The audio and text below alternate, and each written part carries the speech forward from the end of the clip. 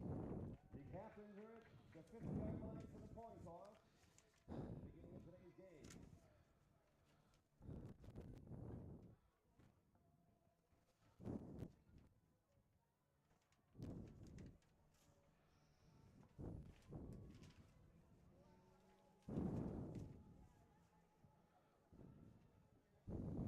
And they go by the Boldest, right? So are you going to refer to them as the Boldest, never the Bold, just the Boldest, right? Right. And the Boldest have elected to receive the coin flip referee, Jim Wojciechowicz, along with umpires Jack O'Connell, head linesman Michael Zarensky, side judge John Peterson, line judge Arthur Stewart, field judge Patrick Carlson, and back judge Patrick Riley. At this time, the Enforcer family would like to welcome the family of Officer Enrique Martinez out to the 50-yard line.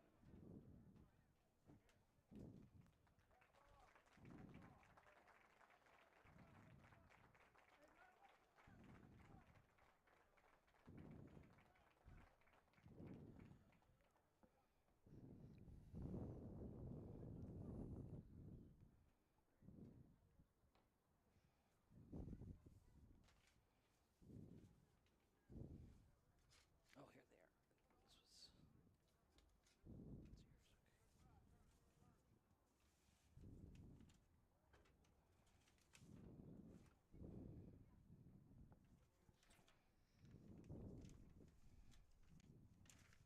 On Monday, November 4th, 2024, Officer Enrique Martinez and his partner were speaking with the driver of the vehicle who was blocking traffic when they noticed the occupant in the passenger seat pick up a bag off the floor. They gave multiple instructions for him to stop reaching. The passenger pulled out a fully automatic handgun with an extended magazine and discharged a barrage of gunfire. Officer Martinez was struck multiple times. The suspect attempted to drive away. The suspect then crashed into a parked car and was fled on foot. He was apprehended a short distance away and is in custody. Officer Martinez was transported to the University of Chicago Medical Center, where he succumbed to his wounds. Police Officer Martinez, star number 8314, was 26 years old and had served the Chicago Police Department for almost 3 years. He is survived by his parents, a brother who is also a Chicago police officer, a sister, and his fiancée. The Enforcers organization would like to present the Martinez family with a jersey and miniature helmet with Enrique's star number. You will never be forgotten.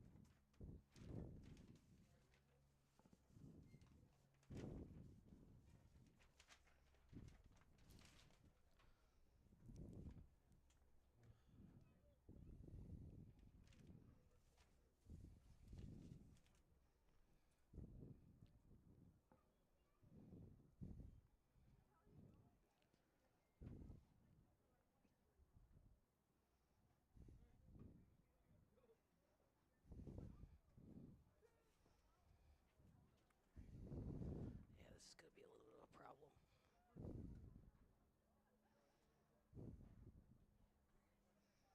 Do you need a chair?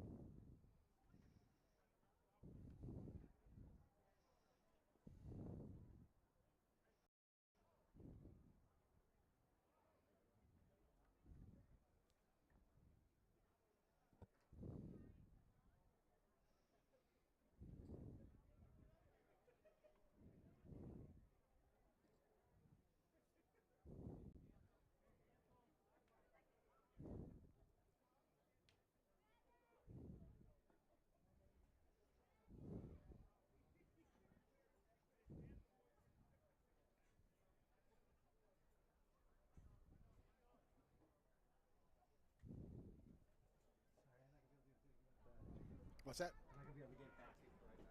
That's all right. Okay.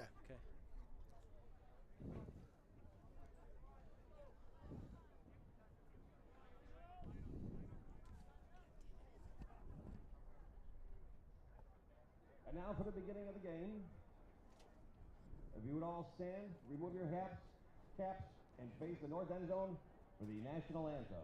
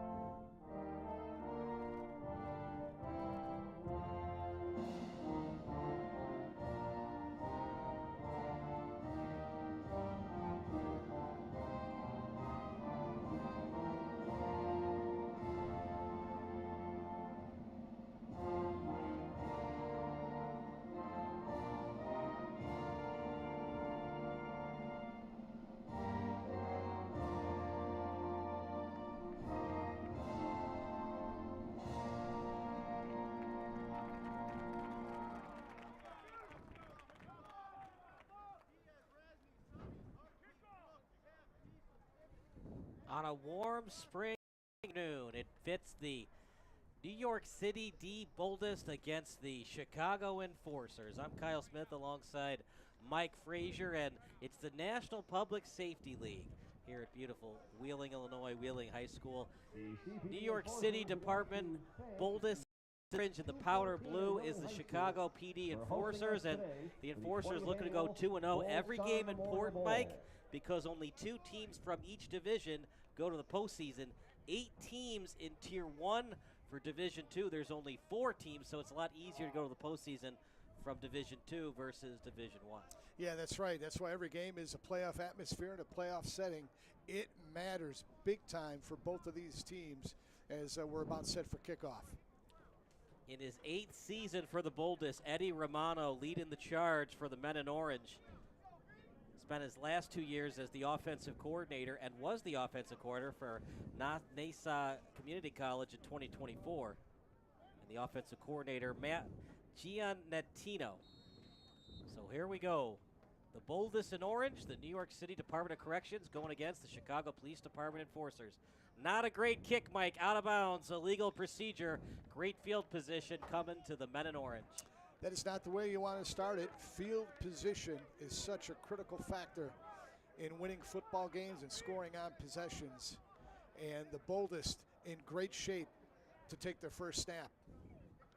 So it'll be the Boldest. And they're going to have great field position as, remember, it's NCAA rules, so actually the 40 in the NFL it's 35. But we're going to have ball at the 40, only 60 yards away from the end zone.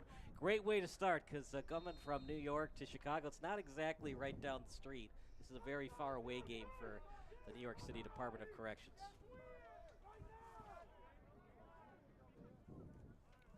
Led by their quarterback in Cameron Palmer. One in the backfield. Now one in motion for the men in orange. Little jet sweep. Going nowhere fast, breaks off a tackle, and because he did that, it forced him to go backwards. Great start right now for the Chicago PD Enforcers, as there was a slew of defenders around him, Mike. Boy, no doubt. You're right about that. Rick Richardson, the linebacker with the Wheeling Police Department, able to siphon off the angle, close in, and make the stop. Well, it did start well for the Chicago PD Enforcers. By the way, the quarterback in Tapling is also doing some of the place kicking responsibilities today. So Tapling with the bad kick, but how about that? They say forward progress was stopped at the 31. It's a loss of 9. Yeah, second in a while here now. 2nd and 19 coming up for the men in orange. They're going to go trips to the right. They better get set, otherwise it's going to be false start. Now they do. One in motion. That's the man we had the pregame show in Minot. As Minot gets over to the left. Fakes the pass, and he'll just have to throw it away. 3rd and 19 as not getting good push up front is this offensive line right now for the Boldest. Boy, Cat Drew, the defensive lineman, really broke that whole play up. That forced that lollipop pass that was unavailable for the wide receiver. And right now, early on, 2 plays in, but the defense for the Enforcers, that defensive front, making a good first impression. Yeah, one of our spotlight players is Cameron Palmer. And we talked to Minot in the pregame show. He is very confident in this quarterback. He's put in a tough spot here, 3rd and 19. Showing blitz are the Enforcers. Palmer with time. He rolls over to the right. Palmer on his back foot, almost intercepted. As the closest man to that ball was Chase Dewerson from the Chicago Police Department. No choice but for the Boldest to punt, and that was not a good first possession for the Boldest. No, it wasn't. And Guida, Jason and Guida, the defensive lineman for the Orland Park Police Department, busted it right through and came in unabated, and again disrupted the entire sequence for the Boldest. Good start for Chicago. This first quarter, of course, sponsored by FundTheFirst.com, the #1 trusted and free fundraising platform for those who serve their families and their friends. As coming into the game, a couple of special teams player for the Boldest. They look a little out of sync right now, Mike. We saw Minot, he was having trouble getting in motion and getting himself set at wide receiver. See what they do on defense here. Yeah, late substitution, but they're able to check it and get set. Not a great snap. Thought about faking it. Finally, they get the punt off. And it's not a good one, but they're just lucky to get it off in the first place. And kind of rinse, lather, repeat. The first team got the ball at the 40, and this time the Enforcers get the ball at the 39. Good field position for Chicago. Snap was low. Good instincts by the punter. So it'll be 1st and 10. Able to ad-lib on that play. Yeah, for sure. 1st and 10 at the 39. How about this look? No running back in the backfield. They're going to go 5 wide receiver set.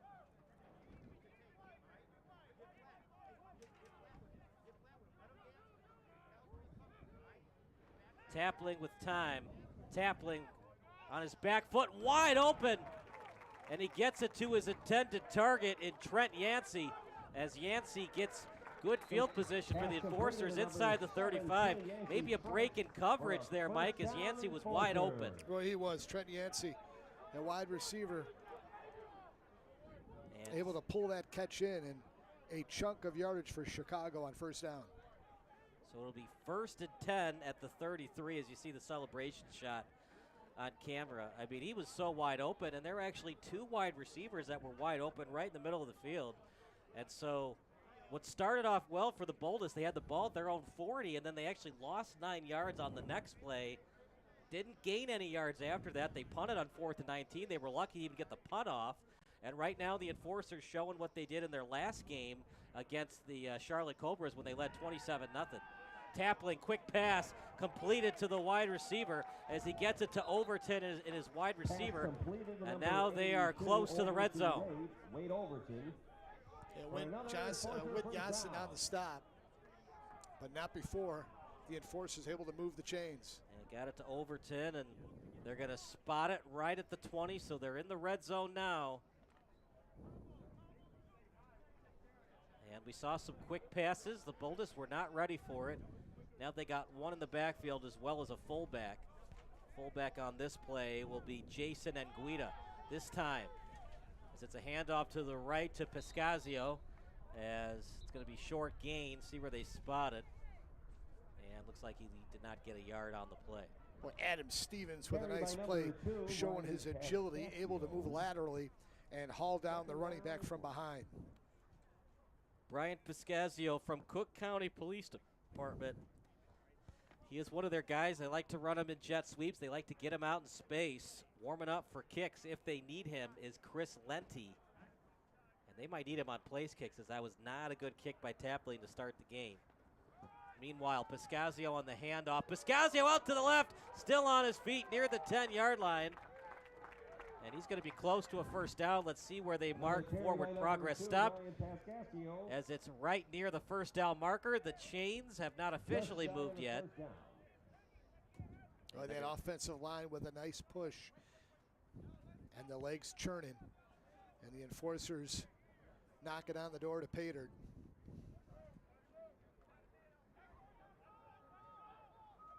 This is a Enforcers team. They're 1-1 all time against the Boldest. Last year's score was 8-6.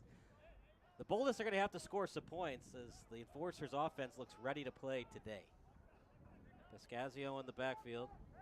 Tapling with a clean pocket. Tapling, partially deflected pass, doesn't matter. Stop and start move. Touchdown, Enforcers. It's completed to Brandon Ruffin. 19, Brandon Ruffin for an Enforcer touchdown. Ruffin there with the nice move, able to dance his way in. Soft coverage, just that little curl. And that was enough for the Enforcer offense.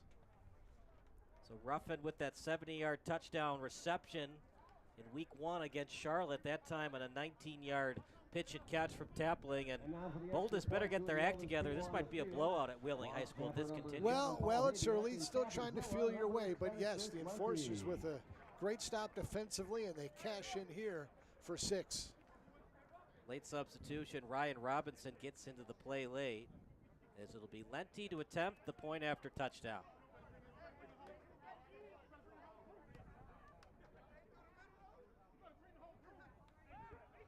As that kick is straight through the uprights, and that makes it 7-0 in favor of the Enforcers. We're going to take a quick break. It's 7-0 Chicago here on the NPSFL network.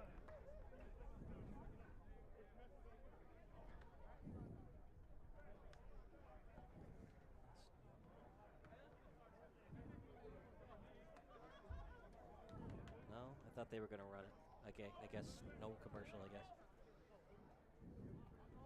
I wish they had the IFBs working.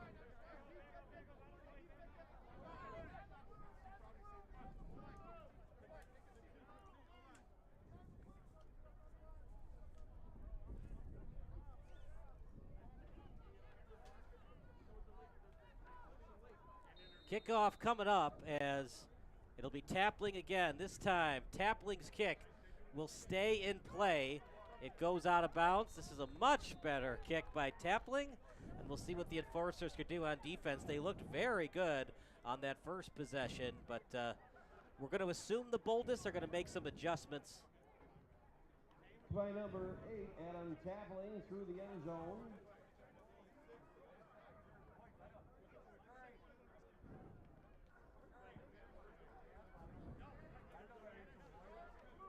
So it'll be 1st and 10, ball on the 20 with the touchback. Alumni in the stands today. Well, now the Enforcers Who are Hall put of their Famers. will here against this offensive line. Look for the Boldest now to settle down, a few reps. Try to get that running game going.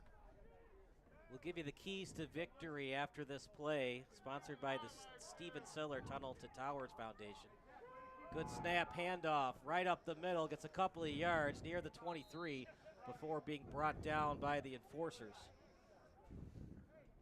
And that'll get the Boldest in the groove. Run the football. They moved it for a few yards there. But get that running game going. You see the playmakers, they want to get them in space. They want to finish drives with points. And, of course, tackle and create takeaways. That's the name of the game. But right now, get to running that football. Get a rhythm going, a tempo. Loosen up that defense. Yeah, help out your quarterback a little bit. We talked about player spotlight. Cameron Palmer, this is his 9th season with the New York City D Boldest. And he played at Long Island University for the CW Post. See what Palmer can do on this play. Another handoff. Great hesitation move, but better penetration by the Enforcers.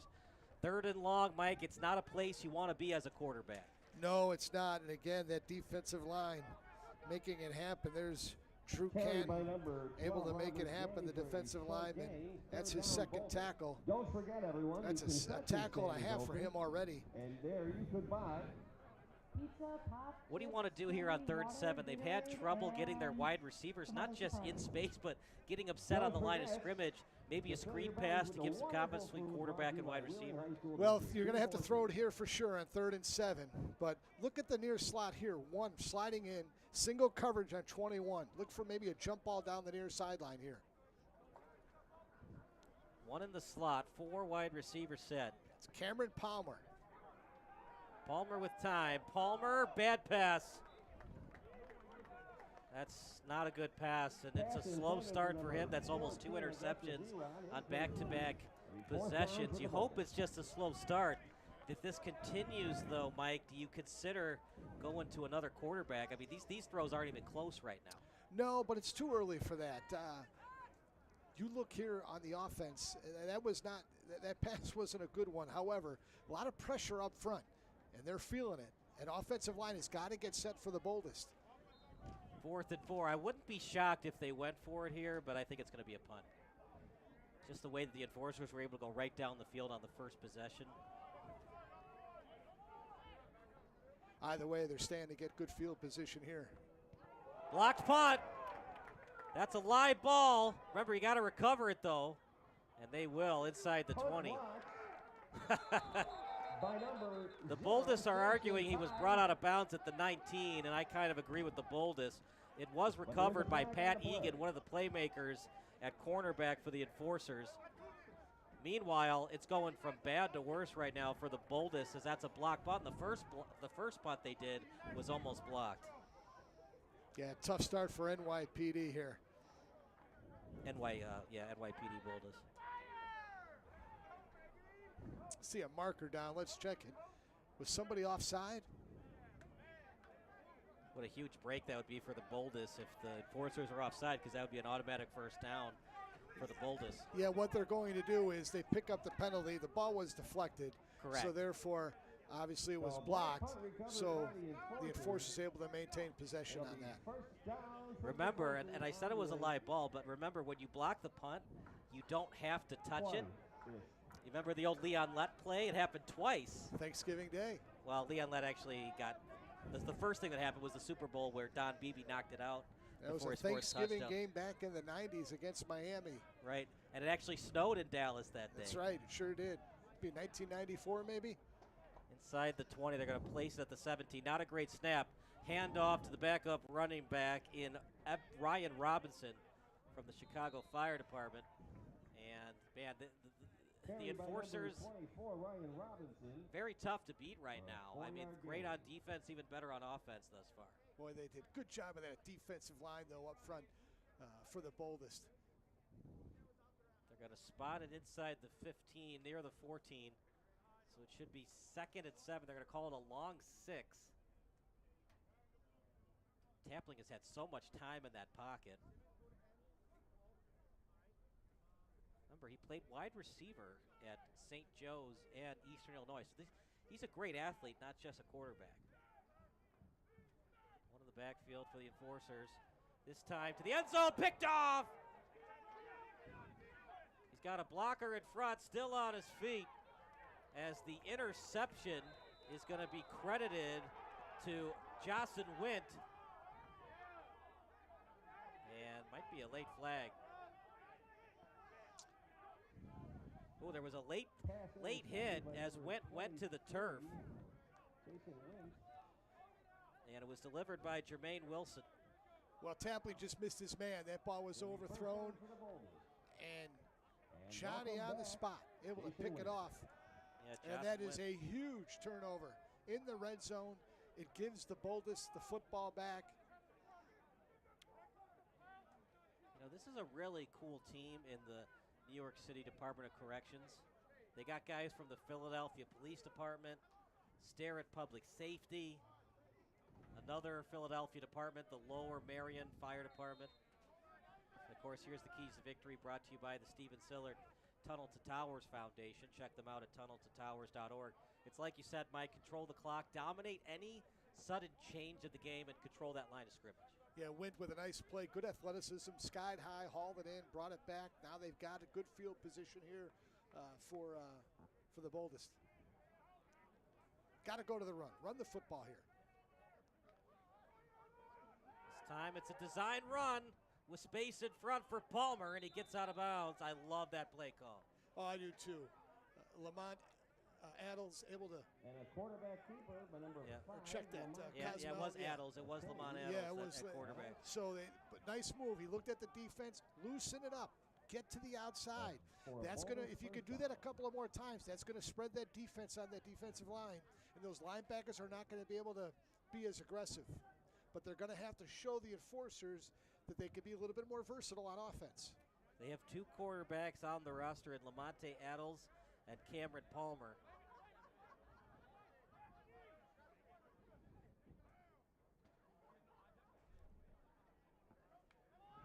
High snap. This time to the man in the backfield. Breaks through the original defense and able to get to the sideline inside the 20-yard line. Nice play call. Get it to your playmaker in space and see what he can do. See, they went right on the first time. Now here, just a little screen to the outside and let the speed take over. First down and plenty more. Yeah, it was completed to Wayne Harris. And Addles, who struggled early on, starting to get into a rhythm now. Confidence building.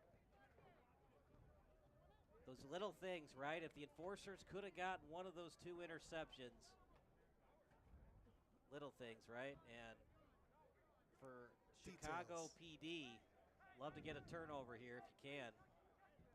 Because Addles is starting to get into a rhythm. See if they go back to the run here. Addles is athletic. I'd like to see them consider another quarterback run. Addles, screen pass out to the left, still on his feet, inside the 20. And here's those little things, right? The Dan Campbell philosophy of coaching.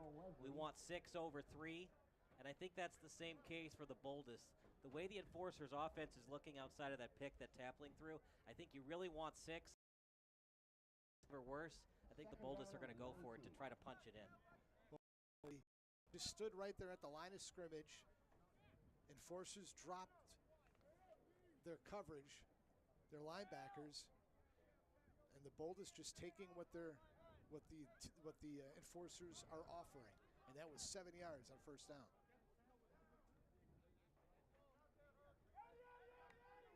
Addles, this time to the right, completed to Palmer. We got to secure that ball, big boy.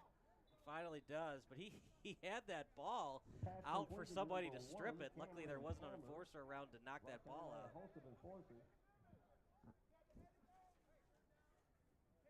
Yeah, you want to see that ball secured. If they show it on replay, you're going to see it. He had the ball out. He was showing it to the enforcer's defense.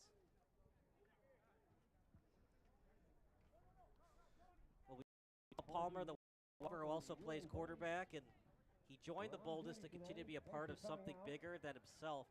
After beginning his law enforcement career, it gave him an opportunity to continue playing the sport he loves, and it also gives him the ability to feed his competitive nature. He's been a football lifer, 9th season with the Boldest. One in the backfield, and see what Addles can do here. On third down, pump fake from Addles. He's still got time. Now he'll roll to the right on his back foot, up in the air, and dropped. No touchdown. 4th and 3, Mike. Field goal, or do you go for it? Well, first, good coverage by Craig Maddox. He didn't bite. Stayed on his receiver and was able to cause a breakup. Yeah, the intended target was Aaron Augustus. I think 4th down here, you go for it. You're in a good position on the football field. Really no risk. Turnover on downs inside the 20. You also know what the other offense is doing. The other going right down the on you. I just don't know how much 3 points would help in terms of confidence building and momentum matching defense. You could also do a snap count if you want, and if they don't, or you could use one of your timeouts. Meanwhile, they are on the field. Good snap. Addles still with time. Here comes the pressure. He's going to have to roll to the right. Addles on a quarterback keeper. Inside the 10, near the 5, and he's past the Jades for a first down. Addles able to use that strength and poise in the pocket and was able to shake off a tackler and keep the drive alive. Boy, that is gutsy by Addles. He stayed in the pocket as long as he could. When nobody was open, he just took off. First and goal at the 7.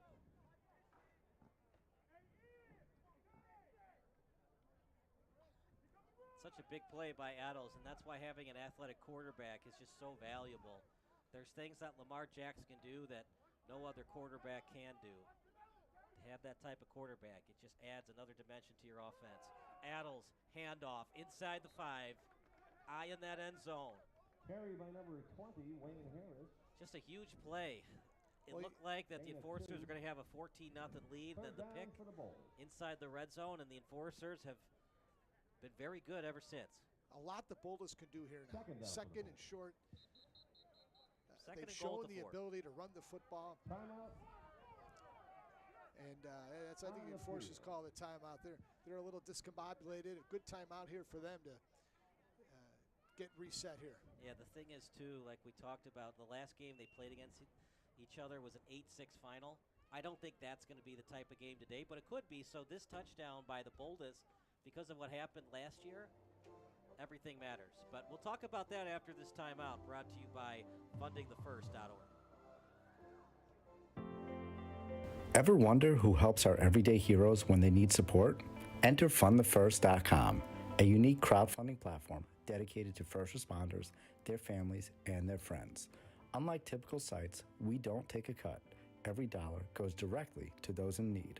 Whether it's for emergency medical bills, family emergencies, or equipment, fundthefirst.com is there. It's our chance to give back to those who risk it all for us. From police officers to firefighters, these heroes deserve our support. Want to make a real impact? Check out fundthefirst.com and show our heroes that we've got their backs. It's time to support those who always support us.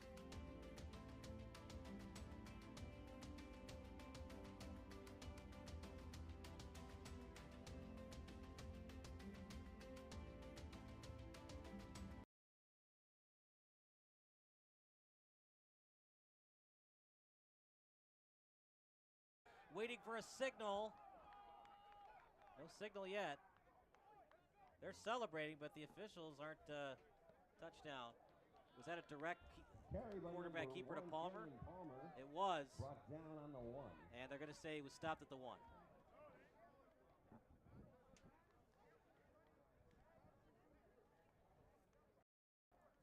Third and goal at the 1. Is it time for a tush push?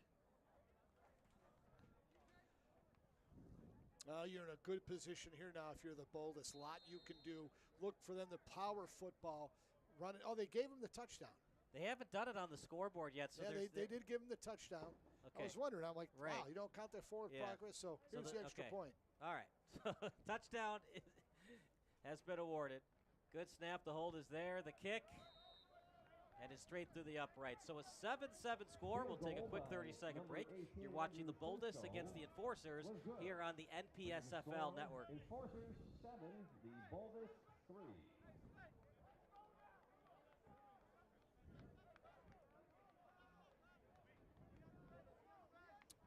Boy, that was a big play, and it all started back with the interception by the defensive back. Yasin Wint picked that ball off. Now I'm confused because it was third and goal, and now they have 3 on the board instead of 7. Did they go for a field goal on third and goal? That doesn't make any sense. The Enforcers. Visit them at www.sportsanortho.net. It looks like that's what happened. So yes, they kicked the field goal on third and goal at the 1? Obviously it was 4th down, so they kicked the field goal. It's a 7-3 game. Okay. We're being told that the Boldest did in fact score a touchdown. All right, it was a touchdown. Okay. Bringing the score 7-7. 7-7. Okay, here we go. We were right the first time. All right, let's reset the table. touchdown, no they gave him the forward progress, extra point good. We're 7-7, minute 49 to go in the first. You know, they have a very good offensive coordinator. There's no way they would kick a field goal on 3rd and goal at the 1, right? Led by Matt Giannanito. This is his 10th year of coaching. Yeah. I think best to go by the officials and not the scoreboard. Okay, fair enough. That kick, and it's near the 10, going to be returned at the 15, still on his feet, as it's returned by Anthony Priest from he's a federal officer. He got a lot of yardage on that. 19, Brandon Ruffin, but there's a flag on the play. There's a flag, so it might be a block in the back.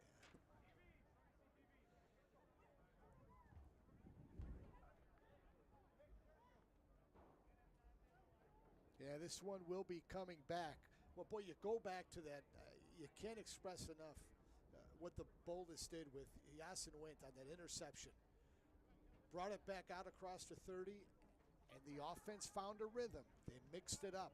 Little run, little pass. Came up on a big 4th down play. That was the money play of that drive. When Addles shaking free from a sack on 4th down, gets the 1st down, and 3 plays later, the Boldest find the back of the end zone. 45-yard line. Field position right now, the edge has been the Enforcers. Had the ball at their own 39, now they have it at their own 45. Tapling with time, Tapling, nice pass, as the pitch and catch is to Ruffin. He's brought down just short of midfield. Number 19, Brandon Ruffin. Got to find a way, Mike, to get some penetration on this quarterback. You see the spin move by Ruffin. He is tough to bring down in the open field. Yes, after that nice kickoff return, Ruffin answers with a nice catch. Got to find a way to get penetration, though. This quarterback in Tapling has had all kinds of time in that pocket. And Tapling with an arm. Remember, he threw a 70-yard touchdown pass in his last contest.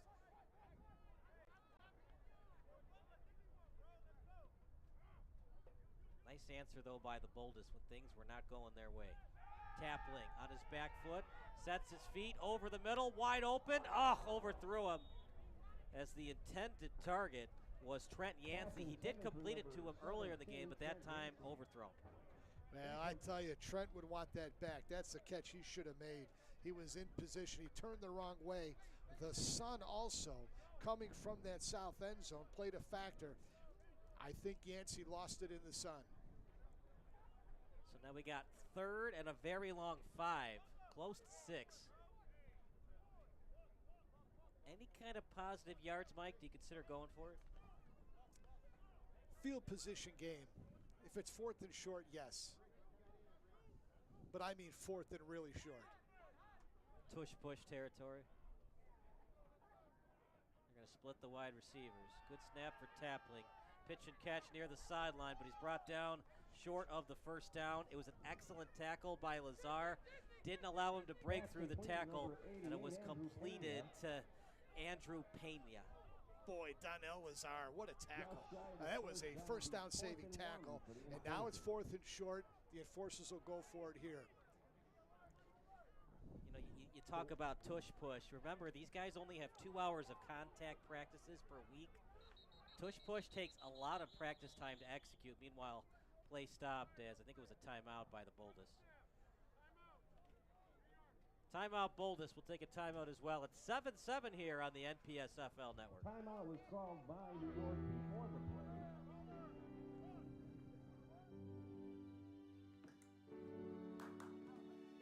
Our mission is providing that support, advocacy, and awareness for organ donation. Be a forever hero, donate life is the message we want to get out there. As an FDNY firefighter, he was a hero in life. As an organ donor, Billy Moon, also a hero in death. FDNY firefighter Billy Moon's heart was successfully transplanted into 63-year-old Richard Grell last December.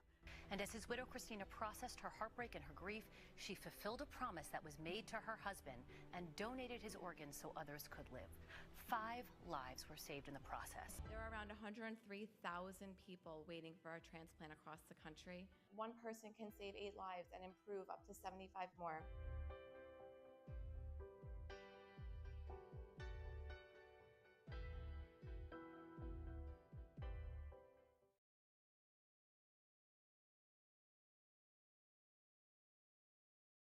well. Visit BillyMoonFoundation.org for more information. Here we go, jumbo set for the Enforcers. This time tackling, possibly an audible at the line of scrimmage. Ooh, false start against the Enforcers. Now you got a punt.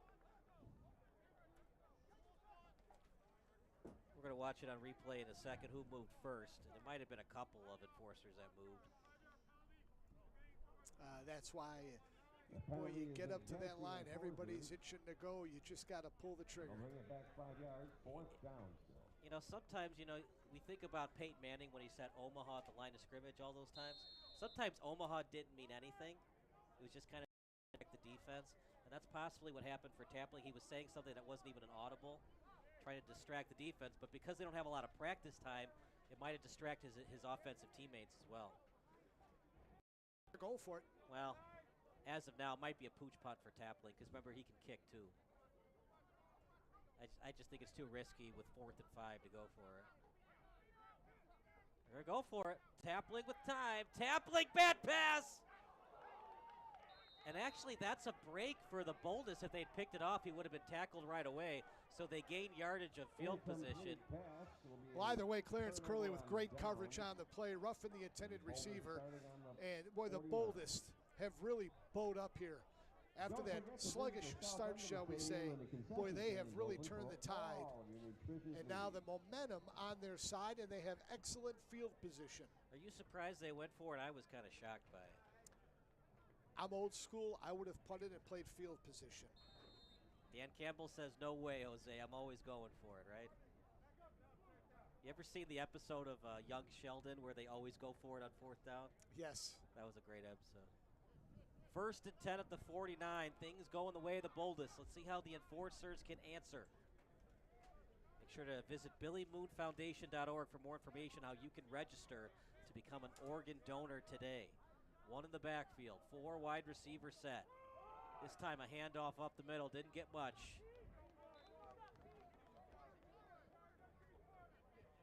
As that will be the last play of the quarter. Final thoughts, partner, before we go to the end of the quarter break. What a turnaround by the Boldest. Sluggish start, that big interception, 7-7 game. This is going to be a good one for 3 more quarters. We'll take a quick break. Second quarter of action coming up next here on the NPSFL Network.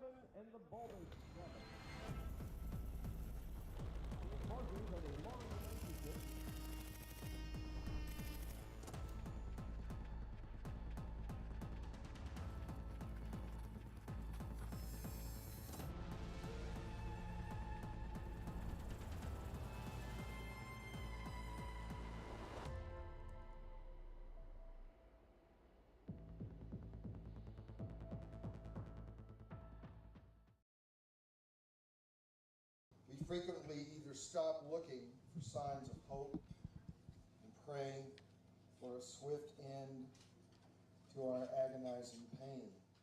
As one who has walked down this road, I can honestly say that nothing I've ever done has given me more hope, more relief, or renew my courage like my relationship to ECAN, especially the reception of my new best friend, Dozer.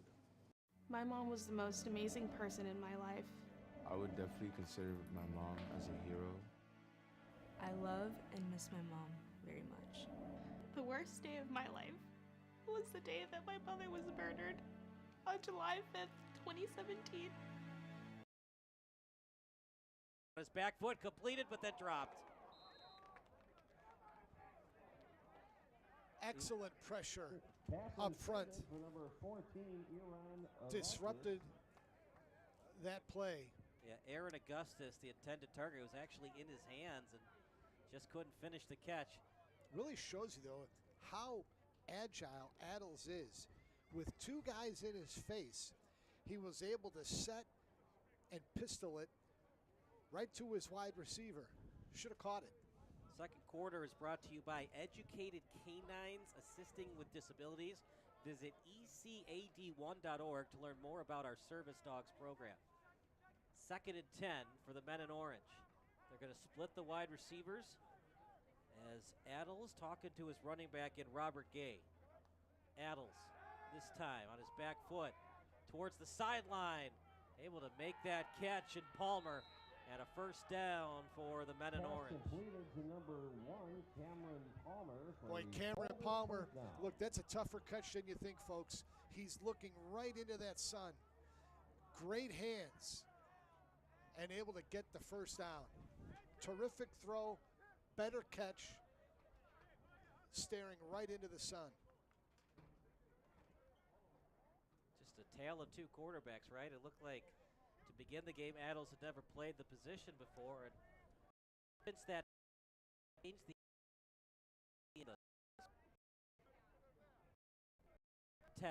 place at the 33. This time a Cardinals as a stiff arm get out of bounds. So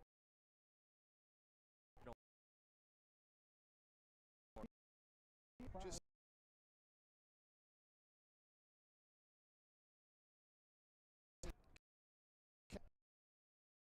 short game.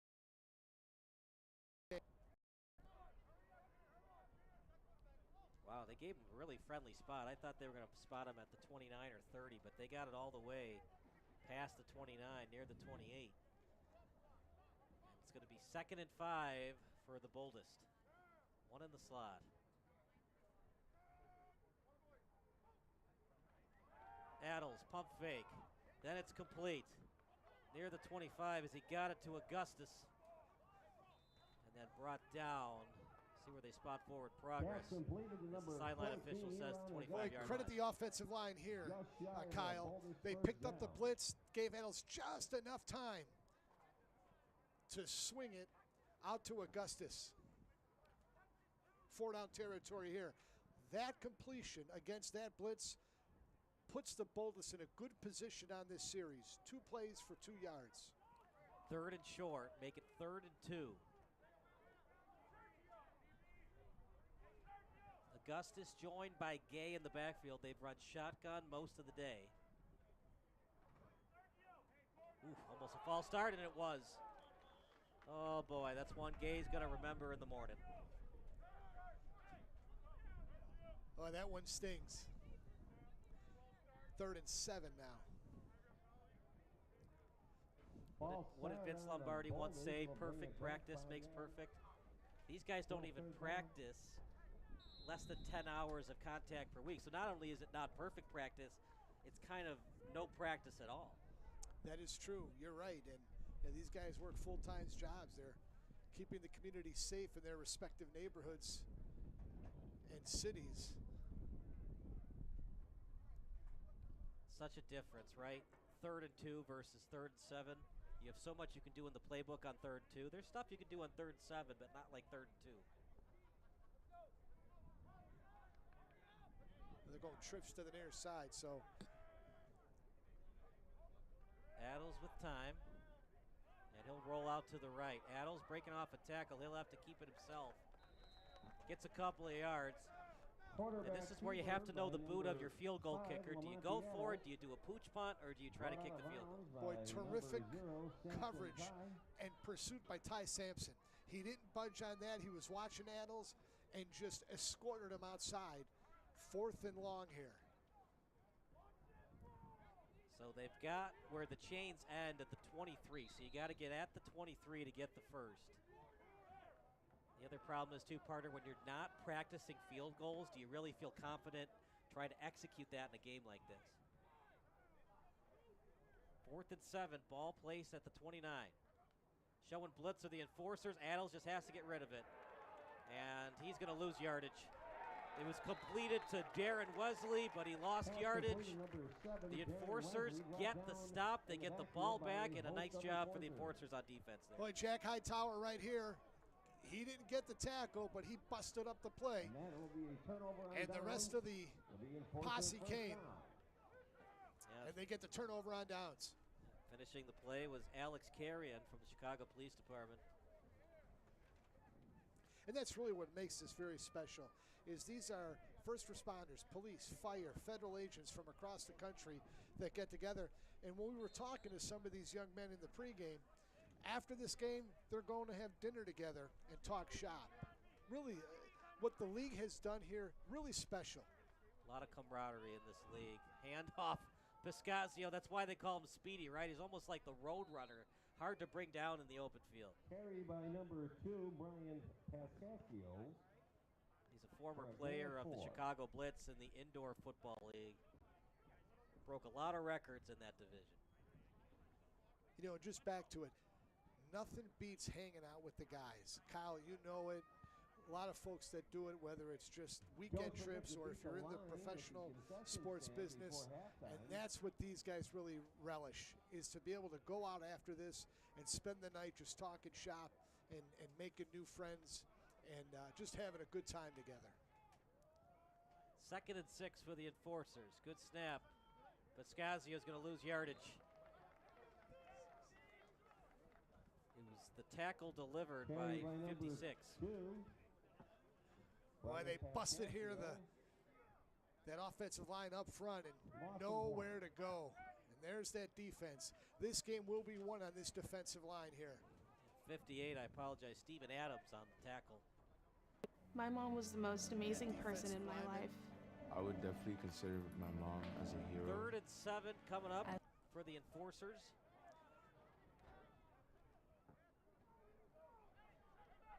Yeah, they're they got a stack here to the near side, so look for Tapling to throw it to the near side here.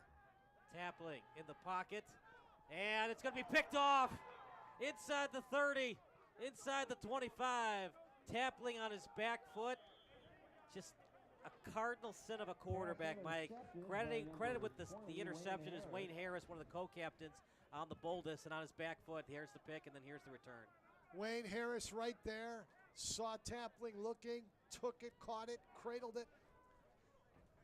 Another big interception by that secondary for the Boldest, and they are in excellent field position here. Wayne Harris, one of the co-captains, he's a correction officer. Football's been his passion and his favorite sport since he was about 13 years old. Over the years, I played and even won a few championships, which has been incredibly rewarding. And joining the Boldest has provided me with the opportunity to continue nurturing my love for the game and play the sport that means so much to me.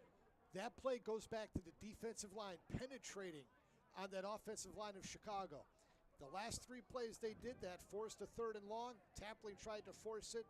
The secondary steps in again.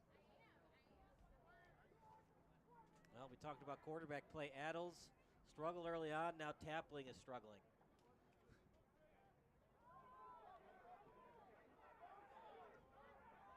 Adles is going to have to burn his team's final timeout.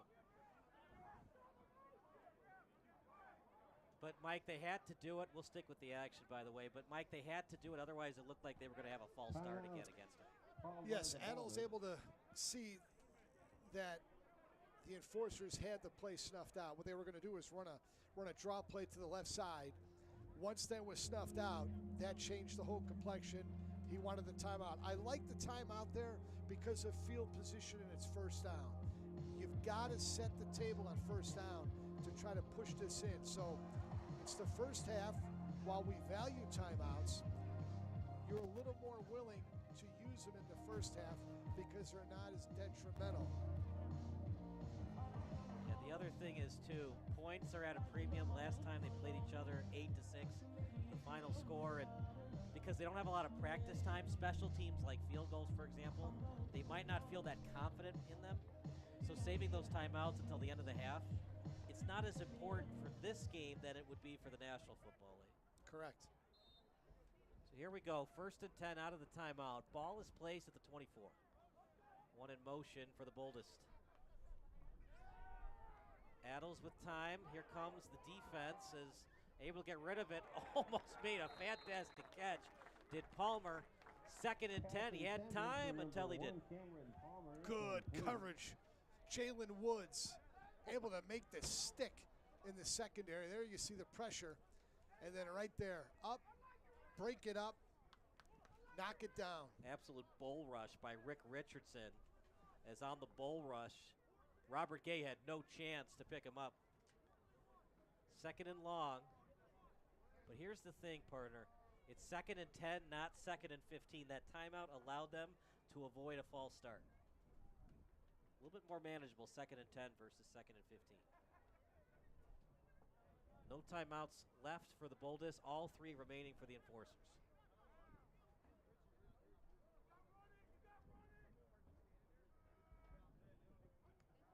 Adels. Quick pass, partially deflected. Oh, almost intercepted that time by Craig Maddock. 3rd and 10 coming up for the Boldest.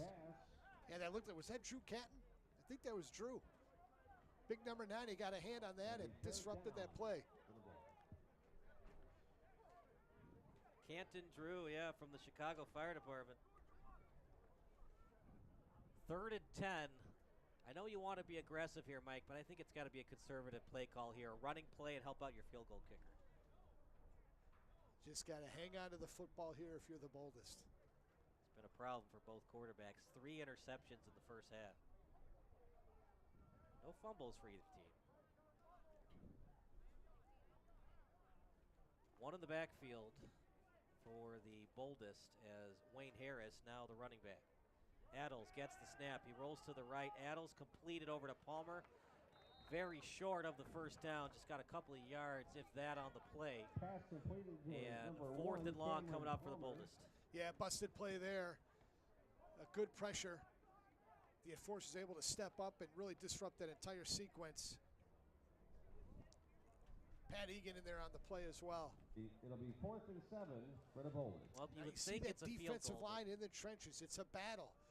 Just when you see the offensive line for the Boldest, back comes the defensive line. That's the tug and war we're seeing here in the first half. Well, this would be a game that Dan Campbell would love. No field goal kicker on the field for the Boldest. 4th and 7, 1 in the backfield. Adels fakes the draw, rolling over to his right. Adels completed. 1st and 10 for the Boldest. What a play by Adels. Made it happen. Stepped up. Again, certain sack. Gets free. Launches downfield. First down. Boy, Adels really displaying his agility. And that's 3 times now we've seen him avoid a sack and come up with a positive play for the offense. You talk about the athleticism with Adels. How about the ball placement? Only his wide receiver could get it, and a place where the wide receiver could knock the ball away. 1st and 10, ball on the 13.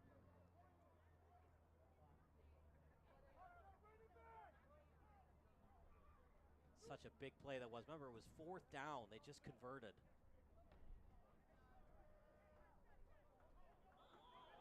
And a flag. Now, who moved first, the Enforcers or the Boldest? Yeah, they're talking about it now. Here it is. I think the defensive man jumped. I think you're going to get encroachment here. Yeah, it looked like it was. Big discussion here on that far sideline, but let's see what they come up with. Yep, encroachment. I agree with the call. It sure looked like the Enforcers moved before the Boldest did. Yeah. It's such a big call. It goes from 1st and 15 or 1st and 5. That'll bring the ball up to the 5.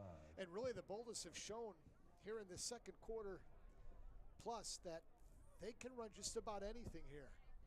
You know, they've thrown it for a touchdown. They've run it pretty good. The turnovers are killing the Enforcers. That's the only way the Boldest have been able to move the ball downfield is off the turnovers.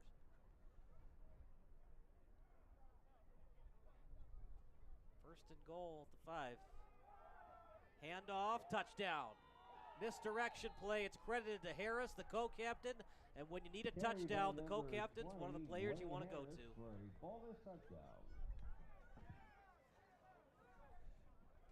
Right up the middle.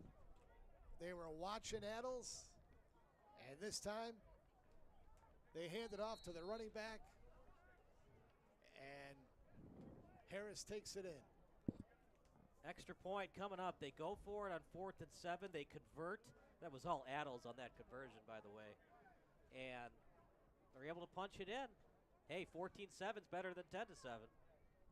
That's why they're the coach and I'm the broadcaster, right? Lefty kicker on this PAT attempt. And they're going to go for it. Palmer rolling to the right. And it's deflected away. We'll see if that missed PAT comes back to bite the Boldest. Incomplete. Meanwhile, we take a break. It's 13-7 Boldest here on the NPSFL network. My mom was the most amazing person in my life. I would definitely consider my mom as a hero. I love and miss my mom very much. The worst day of my life was the day that my mother was murdered on July 5th, 2017. That same night in the hospital, when my brother and sister asked me who was going to take care of them, after I had to break the horribly tragic news that our mother had been murdered, I said, I will take care of you. There are over 1,000 families that need our help. Talented Towers is honoring those heroes that risk their lives by providing them with mortgage-free homes. First responders are human too. They have fears and families that they need to come home to. For just $11 a month, you can give back to these heroes who gave up so much for you and ensure that their families will always have a home. Please donate $11 a month by visiting tunneltotowers.org. NCAA will be implementing this next season. And a flag on the play. Meanwhile, returned by the enforcers. As getting a couple of nice yards that time was Samson Ty. He's a federal officer. We'll see what the flag is.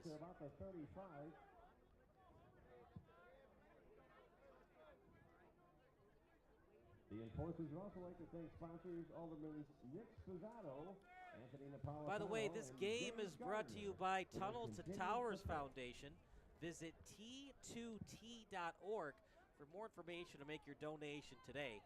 Since 9/11, we've been helping America's heroes by providing mortgage-free homes to Gold Star and fallen first responder families. We're also committed to eradicating veteran homelessness and helping America to never forget September 11, 2001.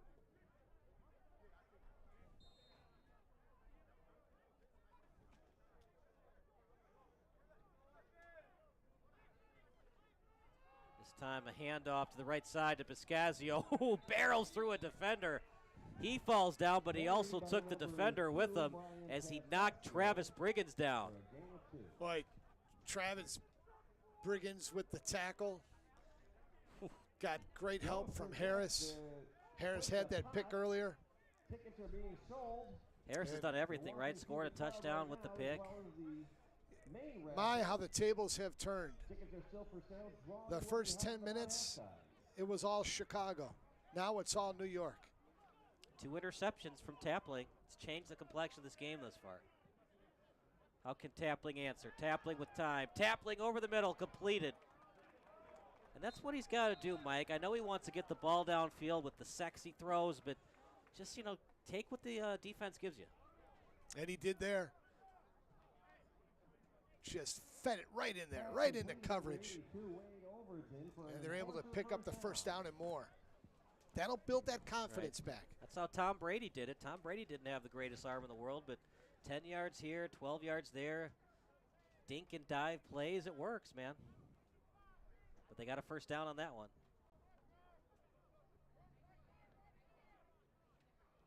Not a great snap. Tapling recovers on his back foot, and it's a screenplay and successful over to Ty as he gets the first down. Boy, they beat the blitz. Pressure was coming.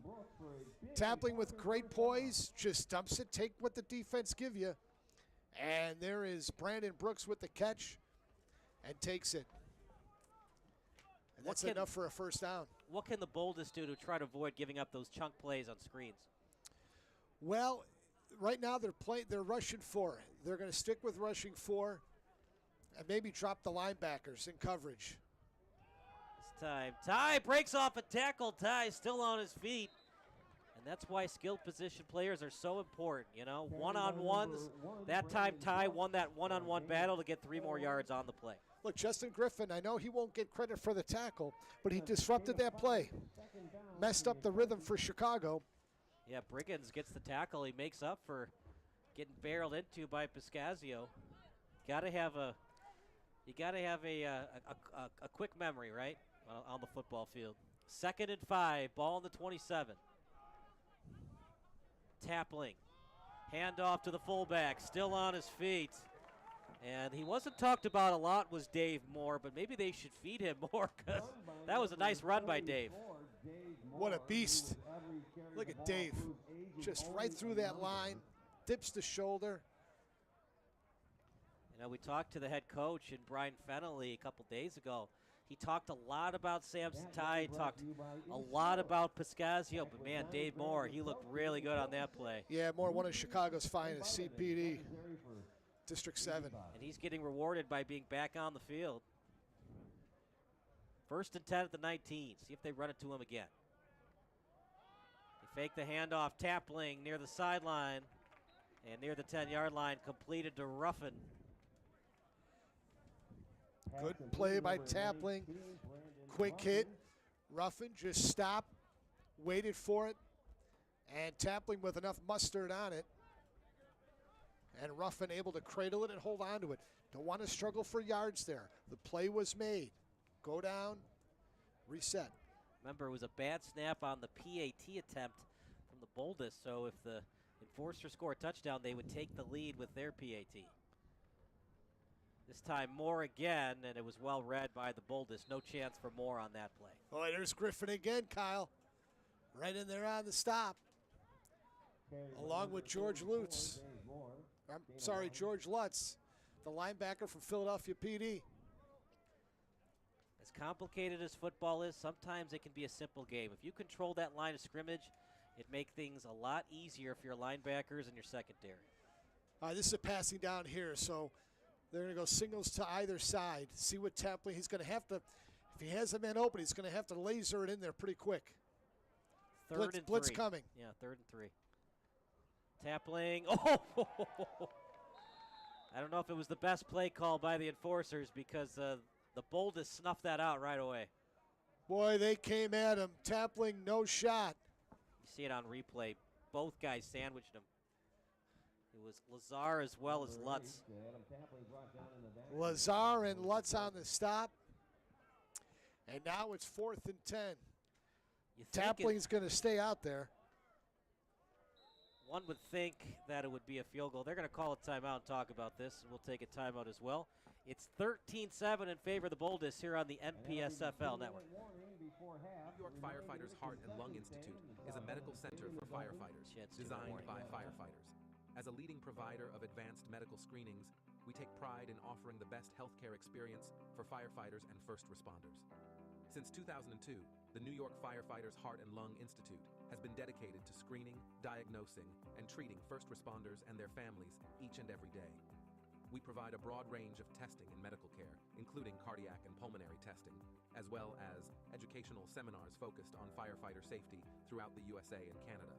We are proud to have recently entered into a partnership with the Uniformed Firefighters Association to encourage all firefighters to come in and get tested. New York State awarded a grant to the UFA for testing and cancer screening, and they have partnered with the New York Firefighters Heart and Lung Institute to provide certain services at no cost to the individual. Check out fdnyheart.com or call 516-441-7614 to schedule an individual or group firehouse visit today. So how many saw Forrest Gump? No field goal team on the field. They're going to go for it just like the Boldest did on the Boldest last possession. Trips to the far side.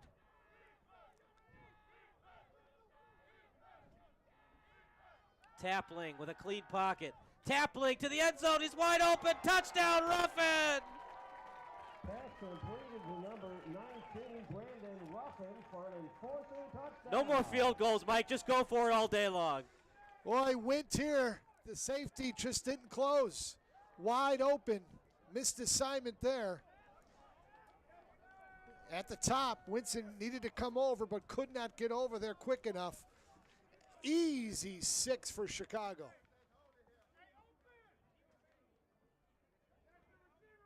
No need to go for 2. You just make the PAT. You've got the lead back. It'll be Lenti to kick. And on the hold will be Jake Glotzer.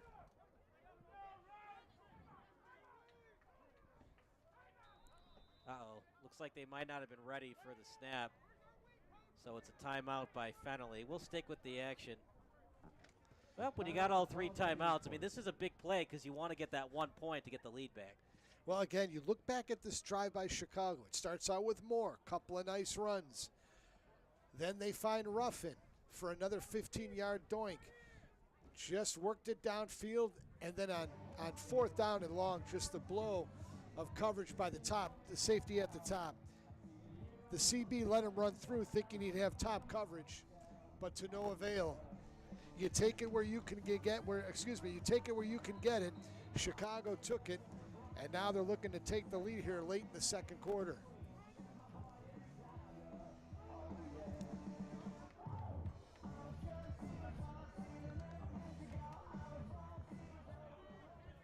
Special teams, so important. As Enforcers were up 7-0, now they're looking to take their second lead of the game.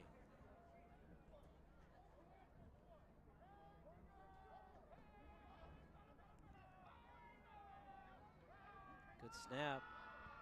Hold was there, and the kick is there. Straight through the uprights. 14-13 lead as we'll stick with the action. Well, it hasn't been absolutely perfect from the Enforcers today, but they're able to regroup after giving up that touchdown.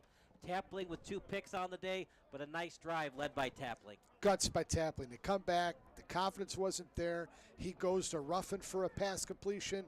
The other player that helped a lot was Dave Moore. A couple of nice runs. Soften up that defense. Then Tapling takes a sack. They're able to rebound and get it in. This game, boy, you talk about peaks and valleys for both teams.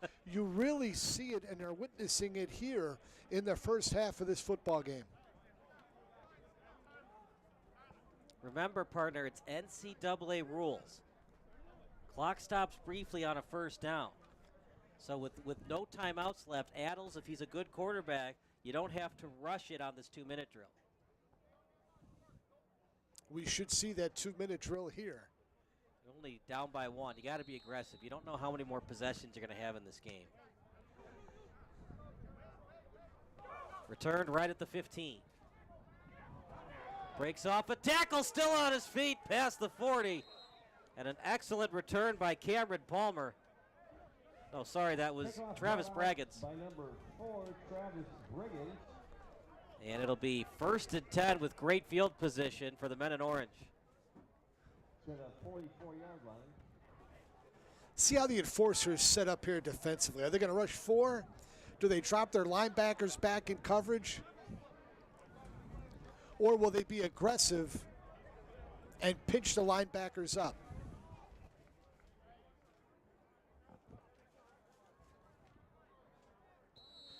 First and 10, ball placed at the 44. Well, they're going to rush 3. Oh, no, 4 now. No one likes a liar, Mike. Yeah. Just kidding. Carlin Ento pitching up. Remember, you don't have to rush it because it stops briefly on a first down, meaning you don't have to spike it if you don't want to. Got him to draw offside. Yeah. That's what makes this game so interesting because both teams don't have a lot of practice time. So you're going to see these encroachments and these false starts more than you would see at the NFL level. Yeah, Victor Cieslak. 5-yard offside penalty against the Enforcers. You gained 5 yards and no time went off the clock. Yeah, Des Plaines police officer. Des Plaines, a northern suburb of Chicago, out by O'Hare Airport. That's where the first Illinois McDonald's was. Very good. You know that. I think everybody knows that, Mike. They do now. Handoff up the middle. Took a shot. As they hand off to the fullback. Boy, what a big stick here by Rick Richardson. Watch this. Richardson going to step up there and plug that hole. Bam! Nicholas, with the stop. Yeah. Nicholas Threadgill had no 120. Chance. Yeah. 2nd and 4, ball at midfield. You got to have some kind of sense of urgency if you're the men in orange because you don't have any timeouts left. Linebackers drop back. Adels completed. Just get the first down, they do. I don't think they'll spike, but you could if you want to. Aaron Augustus on the catch. Adels trying to get the first down, just takes what the defense gives him. The clock will stop momentarily while they reset, and now it'll fire back up. Got to go here. You got to go. Got to get to at least the 20 to give your kicker a chance.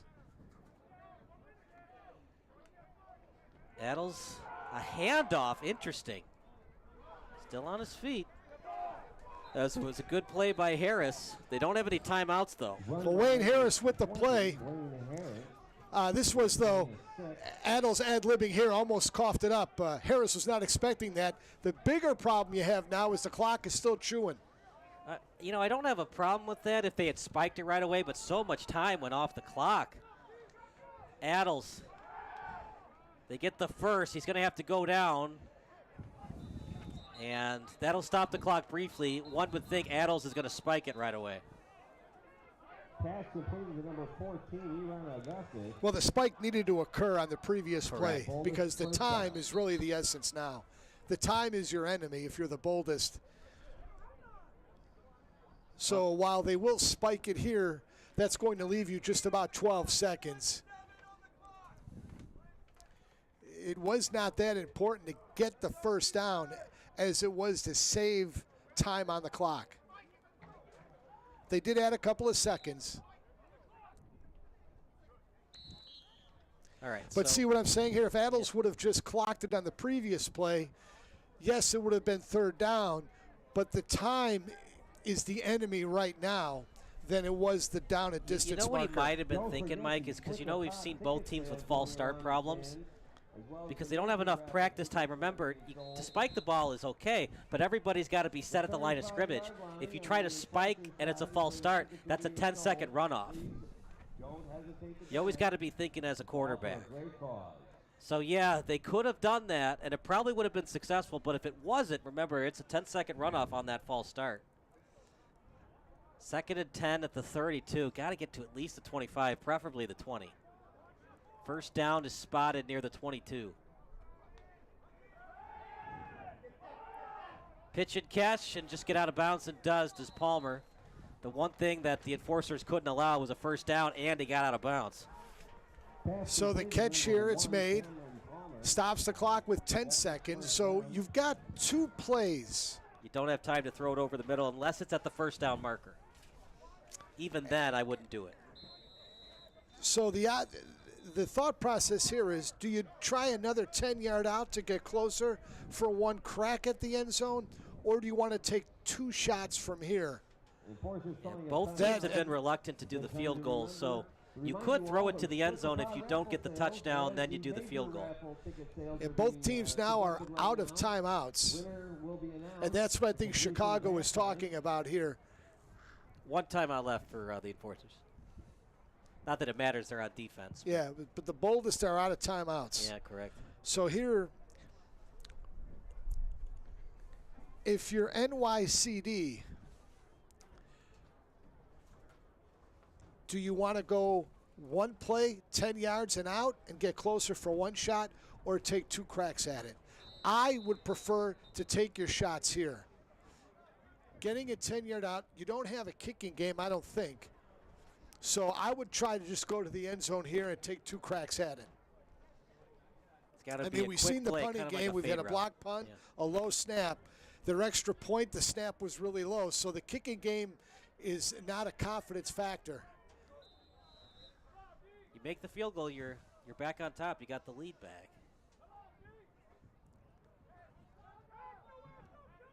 Five wide receiver set as they put Harris on the line at wide receiver.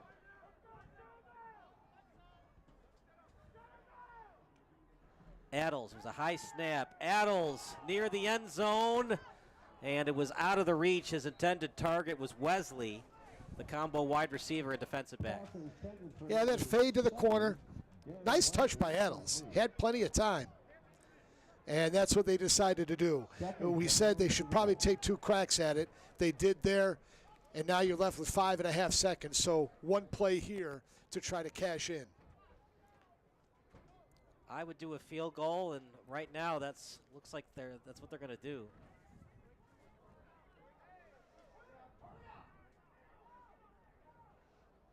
Late substitution. They finally get him off the field in Jack Hightower. Watch the fake.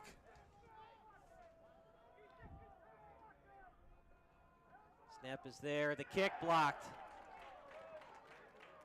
It's been a problem for him all day. A block punt, a missed PAT. It's finally touched by the Boldest. That was a smart play, though, partner, because if he forced 44 to accidentally touch it with his foot, that's a live ball.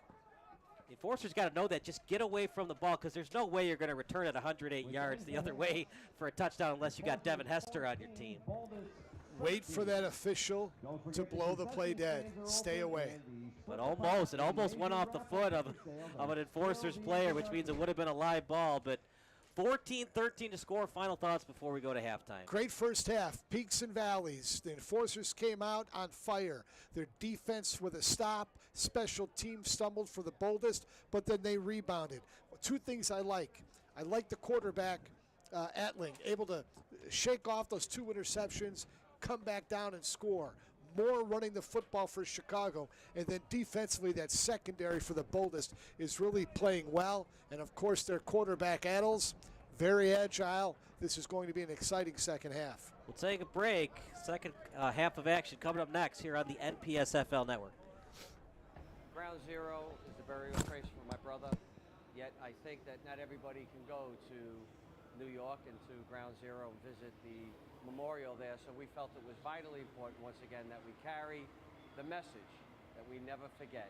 And one way that you never forget is that if you learn what happened that day, and a lot of young kids don't even know. They hear about September 11th. A lot of them were maybe 10 years old. Now they're 22 years old. A lot of them weren't even born. And I think that one of the most important things as parents, if parents are listening, and the children, is that that you bring them here and you tell them the story. Tell them where you were on September 11th, 2001, and what an impact it had in your life. It changed the world.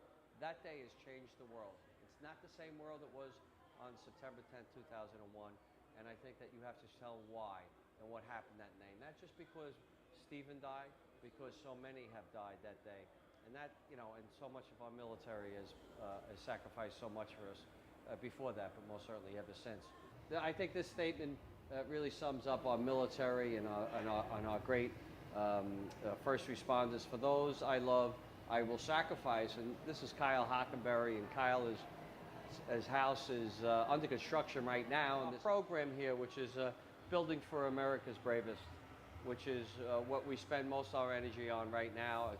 That and our Never Forget Mobile exhibit here is that we have to raise a lot of money because our men and women have paid a big price for protecting us here back here in the States, and so many of them coming back, triple, quadruple amputees.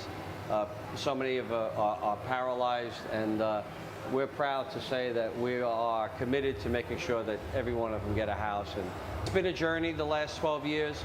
We've met some of the best Americans around the country, most certainly once again our men and women who serve, but besides that, just everyday Americans who have come together to help our cause, to make sure we never forget and we honor the sacrifice. This is a very interesting piece, and to me it's the most poignant piece in the exhibit. Welded in New York for the 10th anniversary, was presented to 3 Truck, and 3 Truck their leader that day was Captain Patrick Brown, who in his 24 years of service in the FDNY had received 21 medals for heroism. They had gotten above the 40th floor at that point, he and his men, and they heard and saw what was going on, and they were describing over the radio the injuries that were coming down so that the command post and lobby be ready for it. And the very last transmission that they were able to put out was, "This is 3 Truck, and we're still heading up." And then the building fell on them. So that was their last transmission. That's what I love. They cut out crucifixes, one for each family, one for each member, fire department member who died that day, to give to their family members on the 10th anniversary. So each family member of a fireman from 3 Truck has this piece of steel as a memento. I think it's pretty amazing, especially for young kids that weren't there, to see the way our country was able to rally together in a situation like this. It's pretty incredible to bring it home. it puts shivers up my back, and it's a great remembrance of what we should never let happen again to our great country. I would encourage anybody who has an opportunity to come down and visit this. It's really something that will bring back a lot of memories if you were involved on that day. And it's good for Americans to see all the things that we've gone through, and we're still here today. Oh, I think I would encourage people to, tour the museum. It's not a long walk through, but it brings back the memories and it makes you feel like you're an American. And I think people should just go to reflect, and again, how lucky we are to live in this country. Well, I think just taking 15, 20 minutes before the start of the game right here, where you got 70, 80,000 fans, means a lot. I think it puts the whole day in a proper perspective by kind of going through this first and understanding that the freedoms we have to watch football games are largely built on the shoulders of the gentlemen and soldiers that have paid the sacrifice in combat and in New York City. At the time, he was only 2 when it happened, so he has no idea about what has happened.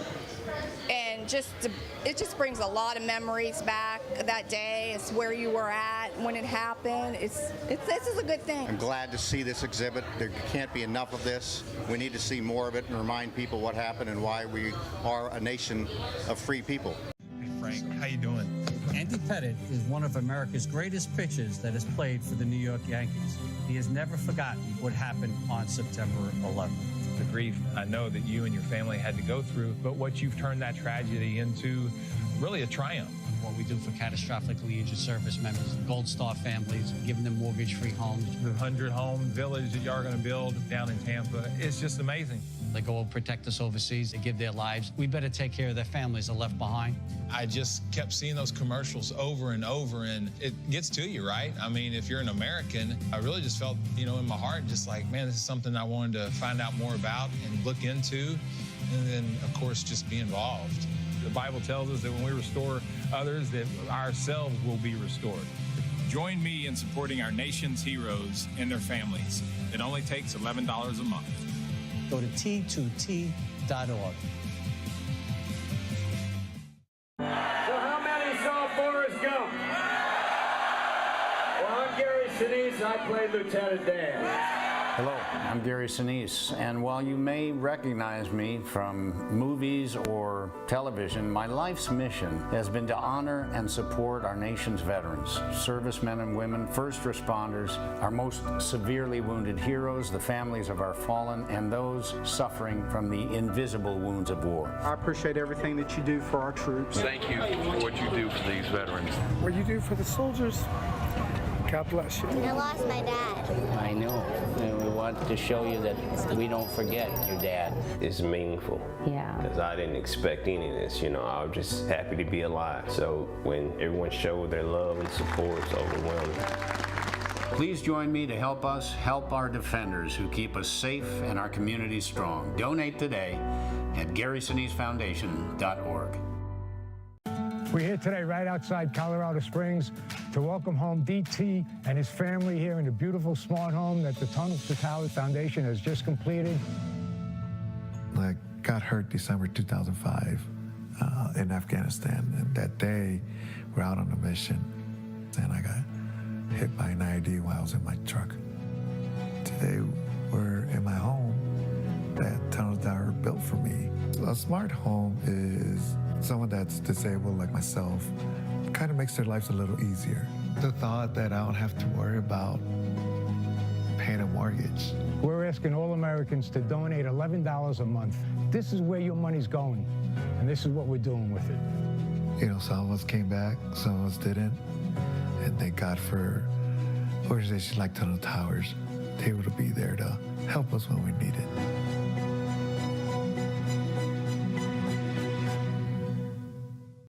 Tom Olkers served others. He was an incredible husband, father, NYPD officer, and FDNY firefighter. At age 26, Tom worked at Ground Zero in the rescue and recovery efforts following the attacks of 9/11. Throughout his courageous battle against World Trade Center cancer, Tom deeply appreciated the care provided for him and his family, including the FDNY's Family Assistance Unit.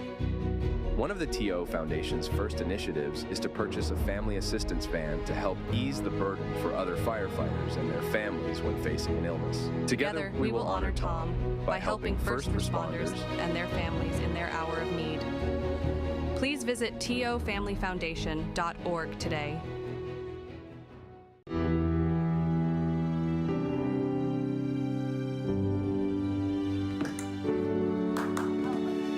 Our mission is providing that support, advocacy, and awareness for organ donation. Be a forever hero, donate life is the message we want to get out there. As an FDNY firefighter, he was a hero in life. As an organ donor, Billy Moon, also a hero in death. FDNY firefighter Billy Moon's heart was successfully transplanted into 63-year-old Richard Grell last December. And as his widow, Christina, processed her heartbreak and her grief, she fulfilled a promise that was made to her husband and donated his organs so others could live. 5 lives were saved in the process. There are around 103,000 people waiting for a transplant across the country. One person can save 8 lives and improve up to 75 more.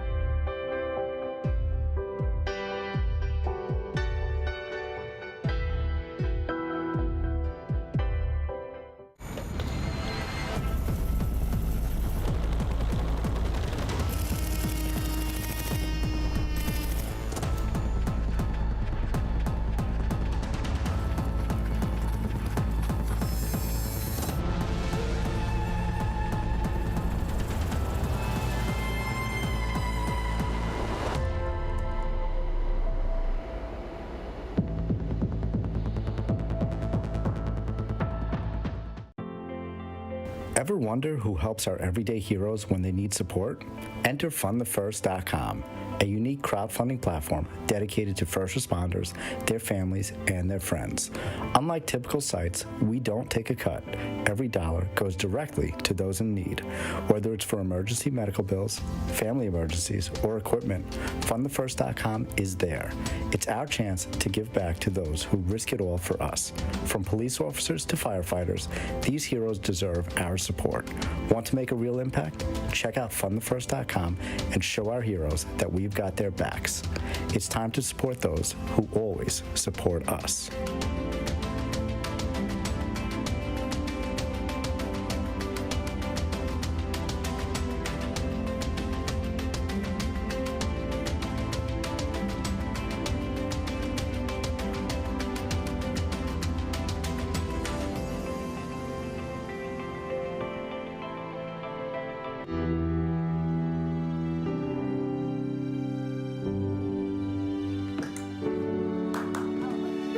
Our mission is providing that support, advocacy, and awareness for organ donation.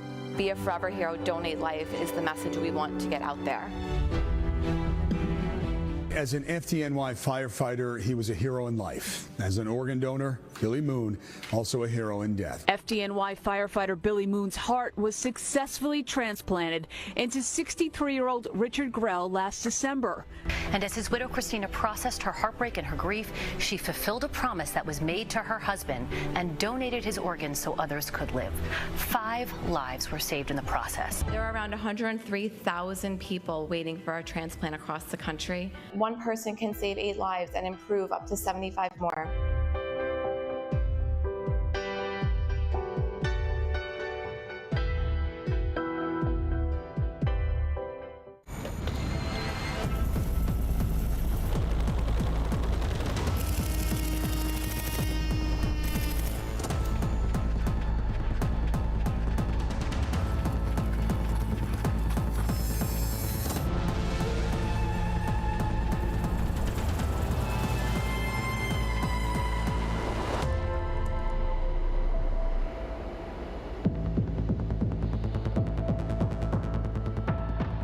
We're talking about the people who have put their life. We frequently either stop looking for signs of hope and praying for a swift end to our agonizing pain.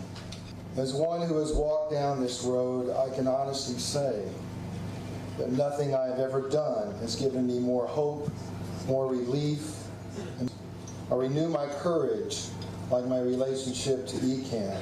Alongside Mike Frazier, we want to give a big thank you to fundthefirst.com Visit them today to launch your fundraiser. FundTheFirst.com is the #1 trusted and free fundraising platform for those who serve their families and their friends.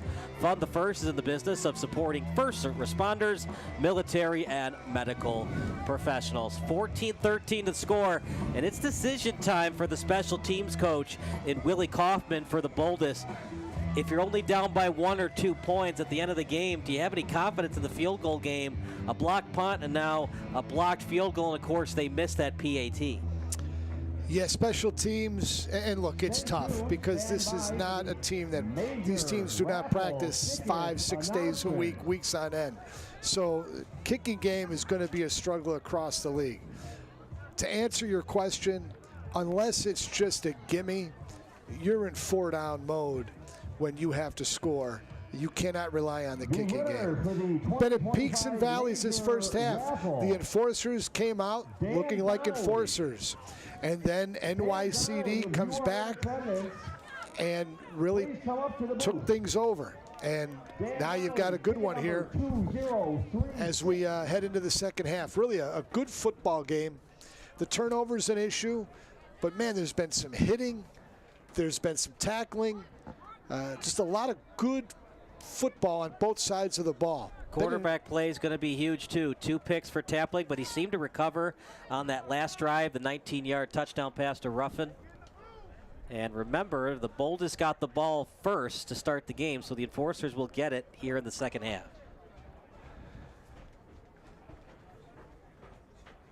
Big thank you to one of our other sponsors. Visit onyour6.com to purchase your first bottle of whiskey. Lefty kicker is the southpaw kicker in Andrew Fusco will kick. High arching kick, a little bit short, as it will not get to the returner. It's blown dead. Well, in the old NFL rules, that's a live ball, but not in the abbreviated kicking rules. Got to be careful there, man. That's how you get hurt. You know, stay away from that football. You know, these guys at all levels, they just cannot avoid the bouncing ball. Just get away from it. And then, you know, in comes Garrick Miller. He's waiting for someone to touch it. He's ready to go. Well, remember, in the old NFL rules, if it goes 10 yards, it's a live ball. But they have these new kickoff rules to avoid injury. And as much as I loved watching Devin Hester return all those kicks for touchdowns, of course, Dante Hall did a good job of that. But I can understand why they changed the kickoff rules. Oh, yes, injury-riddled play. And good for the game to address that. That was just, boy, that was tough sled. 1st and 10 at their own 40. They've had such good field position most of today.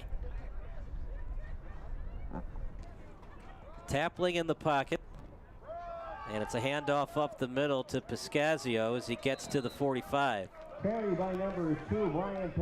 Partner, this game could be a 2-possession lead or more for the enforcers. Remember, they had the ball at the 19-yard line off that blocked punt.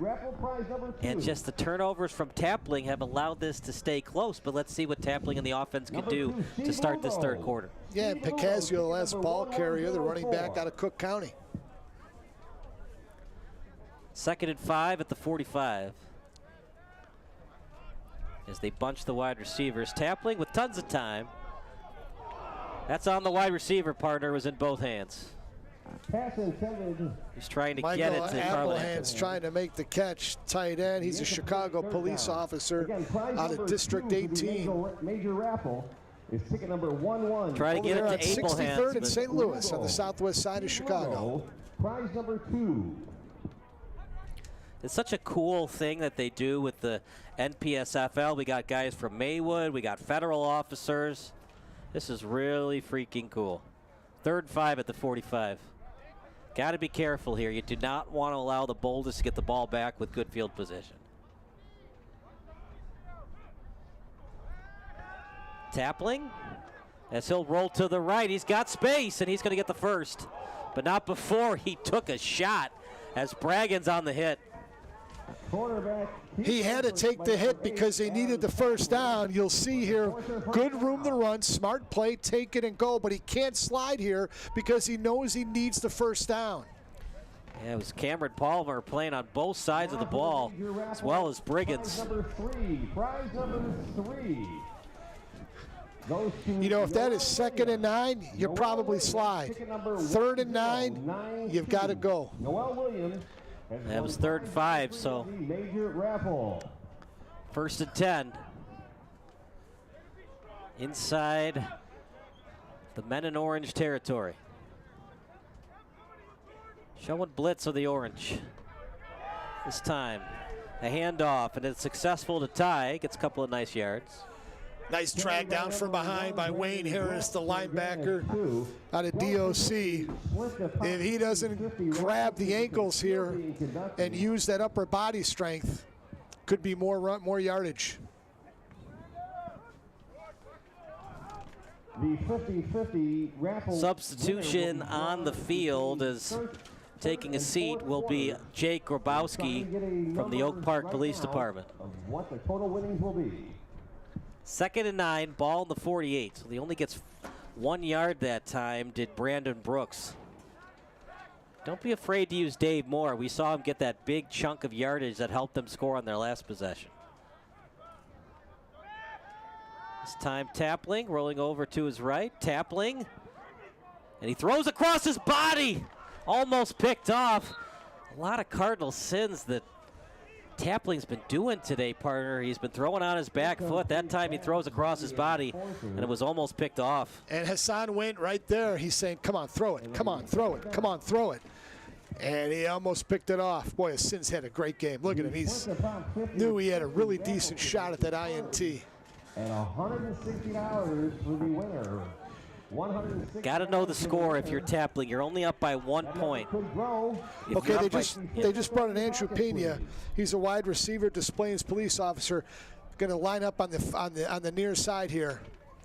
They're going to go trips with him. So look for a slant near side here on this 3rd down play. That's going to be the first go-to. Tapling, high snap, pump fake, and just threw it away. Great pressure, George Lutz. Lutz with a sack and a half already today. Blew the play up, came in unabated, and that messed the whole thing up. And boy, what an effort there.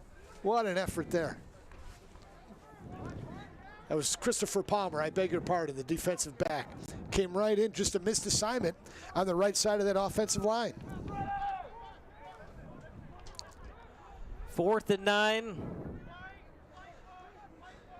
I'd be shocked if they go for it, but Tapling is there in the backfield for a potential 4th down conversion. Pooch punt. Oh, it's a beauty. Can he keep it out of the end zone? It's close. Knocked away. They get it inside the 1. Special teams, special teams, special teams. They're going the way of the enforcers today thus far. Terrific effort. Ruffin diving and able to keep that ball in play. Saves the touchback. Terrific special teams play. Yes, Pescazio was the other guy to get that ball, but big thank you to the Billy Moon Foundation for sponsoring today's game. Visit BillyMoonFoundation.org for more information on how you can register to become an organ donor today.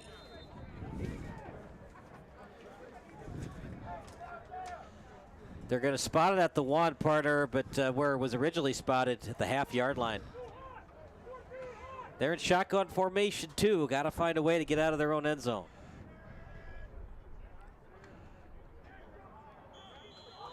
And it looked like the enforcers were drawn offside by the snap count. That's unforced. That's Ty Sampson, the federal agent from Minnesota. It could be another encroachment. If it is, it's the 2nd of the afternoon. If you're serious about winning some money, stop what you're doing and head to takingvegas.com. Their free play record this year is 22-12, and right now they are offering 7 free days of their top play service for our NPSFL network audience. Winning is great, but Taking Vegas is legendary. Visit takingvegas.com to start winning today. Just a big encroachment. It goes from 1st and 10 at the 1 to 1st and 5 at the 6. Second one this afternoon on Sampson, and this one really hurts. Adels with time, pump fake. He throws across his body, but that time it was almost completed. And those dropsies today might hurt the Boldest in terms of the victory. Intended target, the big wide receiver in Augustus. Second down for the Boldest.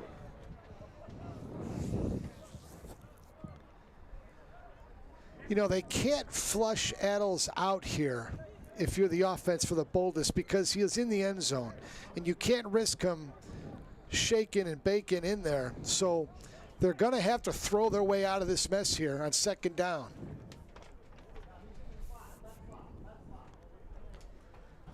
Second and 5. Whatever you do, Mike, just don't turn the ball over. It's not there, just throw it away.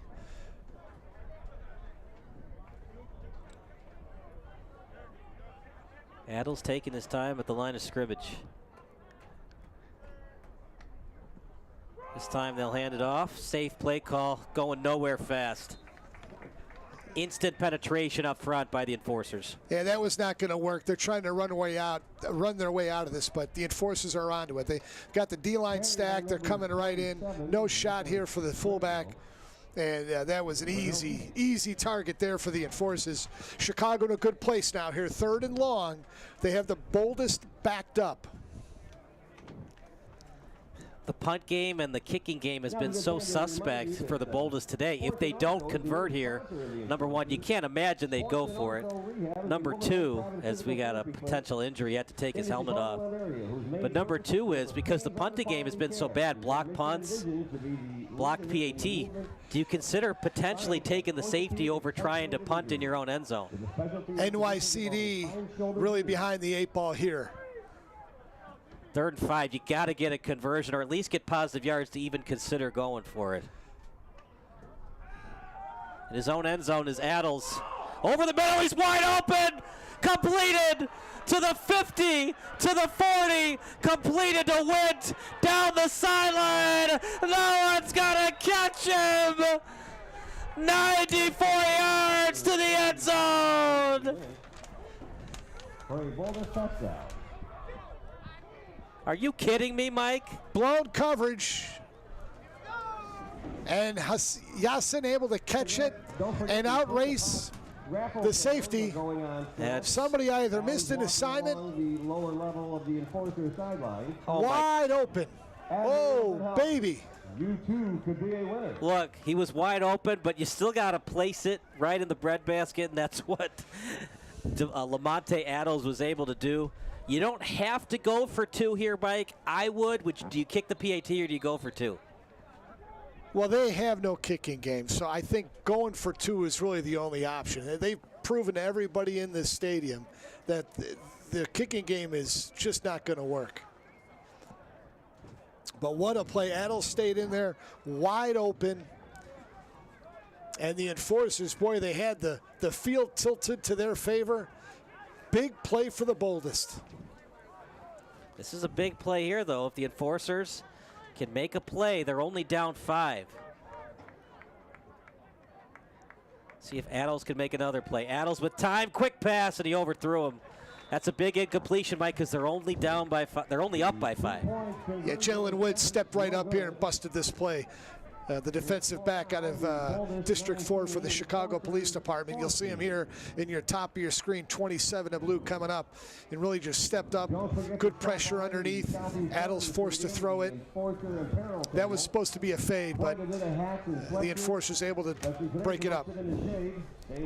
Also a big thank you to the Gary Sinise Foundation. Visit them at GarySiniseFoundation.org to learn more about and how you can contribute to our mission at the Gary Sinise Foundation. We serve our nation by honoring our defenders, veterans, first responders, their families, and those in need. We do this by creating and supporting unique programs designed to entertain, educate, inspire, strengthen, and build communities. Huge non-conversion on the two-point conversion, because now any type of touchdown for the Enforcers, they have the lead back. Well, hold on. Let's celebrate the Boldest here. I mean, what a play. Back in their own end here, and they just hit one for 90-plus yards.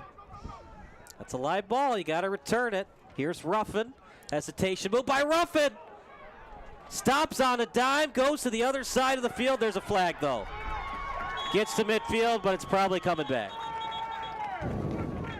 Kickoff returned by number 19. Brandon Ruffin, the wide receiver. That was clean. Is there one in the back here? Not yet. Not yet. Didn't see it on this side of the field. Did it happen? And they're going to call it against Orange. That's declined. 1st and 10 with great field position again for the men in blue. Penalty against the Boldest. It'll bring the ball out to the 50 for the Enforcer first down. What a play by Adels. Just one more time. 94 yards. Are you kidding me? I mean, you're down one. You don't have any type of special teams, and they hit a big play. Right now, that's the play of the game. Got to have a quick memory if you're the Enforcers. Look, you're only down 5. You score a touchdown. You got the lead back. Good field position for Chicago. There's that man we talked about, Moore, back in the backfield. No surprise. And Fenley had to be careful. He was on the field. That would have been a flag if he hadn't gotten back in time. This time Moore up the middle. He is just a force to be reckoned with, and then some. Dave Moore, one of Chicago's finest. Chicago Police Department, District 7, bulldozes his way into Boldest territory. It's just a lost art, isn't it? I miss the days of watching Mike Allstott do that. Remember Peyton Hillis with the Browns? Oh, yeah. Look, he's not going to break any running records or 40-yard dash records, but, man, it's just so effective what Dave Moore does. 2nd and short, and it allows the Enforcers to do more on this play. Piscazio in space, inside the 30. Piscazio down the sideline, and he was forced out inside the 25. But that's what a good fullback can do, partner. It forces the linebackers to cheat up, and then Piscazio got to the edge. And gets outside, picks up the yardage. Credit that offensive line on the left side. Enforcers caught a break. He stepped out of bounds back at around the 19-yard line. See if they catch that. But regardless, Piscazio out of Cook County, able to pick up, and they did catch it. They marked it back out of bounds. It actually hit the 23. But credit the left side of that offensive line. A seal and a trap, and Piscazio able to sneak through that line and make it happen. Chicago PD, you talked about that left side led by the guy protecting the quarterback's blind side in Edmond. Handoff, Piscazio again. Piscazio inside the 20, and he falls down near the 15. See where they stopped forward progress. Unfortunately, there is an injury on the field. Again, nice block right there. You see that block up top. That gives Piscazio the hole, picks up a chunk of yardage. Yeah, you talked about that offensive line leading the way. 69, Jelani Edmond, the left tackle, protecting Tapling's blind side. And now inside the 20, the Enforcers, this is what they've done all day. Those turnovers have really cost them, but they're only down 5. Yeah, Jelani Edmond, a Chicago police officer out of District 5. This time going nowhere fast. As Moore has been their big guy, 34. 24 is Ryan Robinson from the Chicago Fire Department. Yeah, Biggins and Adams on the stop for the Boldest. Loss of 3 for a 3rd and down for the Enforcers.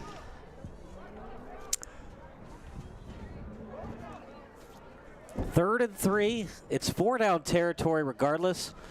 So if you want to, you could do a fullback dive and give your offense more yards to work with on the 4th down conversion. Well, the Boldest have now countered. That left side is unpenetrable. They're going to have to use a different. Now they're stacking. There's Jalen again on the left side. You see their big number 69. No surprise, Moore back in the game. See if they give it to him here. This time Tapling with time. Tapling to the end zone. Caught! Was Ruffin in bounds? He wasn't. Remember, it's NCAA rules, Mike. You only need 1 foot today, not 2. Good call by the side judge. Tapling with time, and that pass to the near corner. Great effort by Ruffin. Just not enough real estate in that tight space.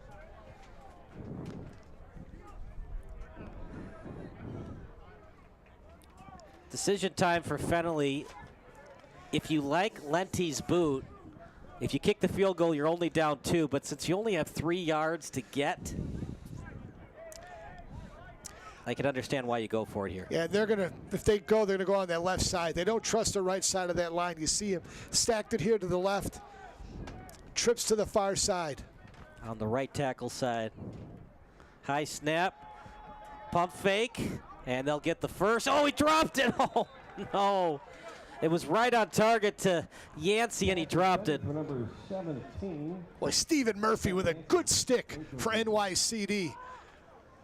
See, Yancey's wide open, as you see on screen. He's there, just doesn't catch it. Yeah, it's just a drop. Still might have been a touch shy. Let's see. It was 4th and 3 at the 14, so they needed to get to the 11. Turnover on downs. You think the defense is lacking some confidence after giving up a 94-yarder on the last possession? By the way, big thank you to one of our sponsors in On Your 6 Bourbon Whiskey, inspired by everyday heroes like nurses, police officers, and teachers. We keep the military tradition of grabbing a drink to celebrate someone who's got your 6. 1st and 10 at the 17. And they drew him offside again. It's the little things, partner. Football, it's a game of inches. The first downs that the enforcers aren't getting, the turnovers they've committed, and now the offsides by them.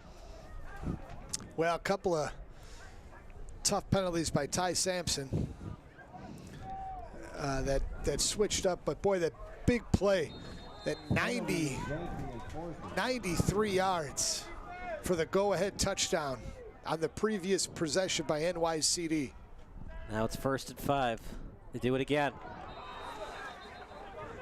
I think that Fennelly's going to have to call a timeout soon because this defense is not ready for the snap count. I wouldn't do the timeout here. We're in the second half.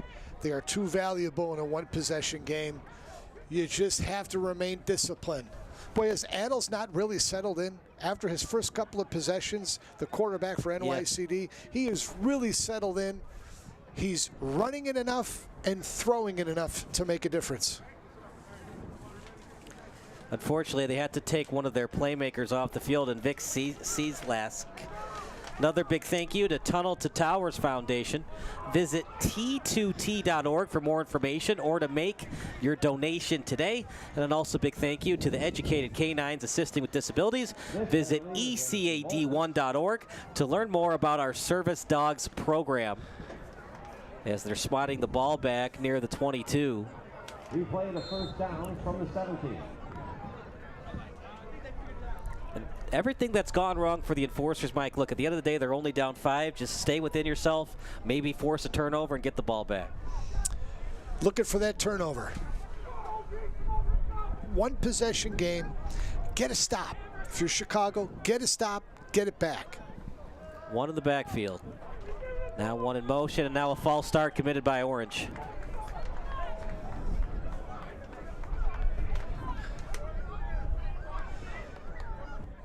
Can't blame it on the crowd, partner. It's not exactly a sellout today, so it's more the practice time than the sellout crowd rattling the players. Guys just itching to go, just had to remain disciplined on that line on both sides. And neither team has been able to establish a rhythm so far. So make it 1st and 12 at the 12. Fakes the handoff. Adels outside the pocket as he tells his wide receiver to block. He gets out of bounds. He's just so savvy, this young quarterback. He's able to get out of bounds and not force extra hits to go against him. Well, it started with Timothy Bell, number 99. You see him flush him out. Good coverage downfield. Nowhere to go for Adels. Just take what the defense is going to give you. and head out of bounds.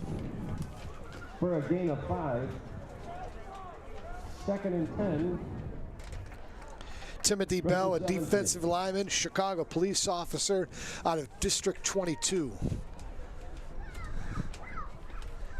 This Boldest offense has come out alive after that first possession that did not go well. And leading the way, offensive coordinator Matt Giantantino, as he currently serves as the passing game and QB coach at Archbishop Sepanek High School. Meanwhile, a play and the pass out to the right, didn't get much on it. Yes, that was 2nd and 10 at the 17. Boy, Ty Sampson saw this one coming. Adles right away. That's not going to fool anybody. That was so telegraphed. And Sampson just steps right up and muscles him down for a short gain. As a late substitution for the Enforcers, trying to get on the field, and he does, is Jalen Woods. Off the field is Maddock. 3rd and 9. Got to be careful here if you're Adles. You're pinned pretty deep in your own territory. Ball on the 18.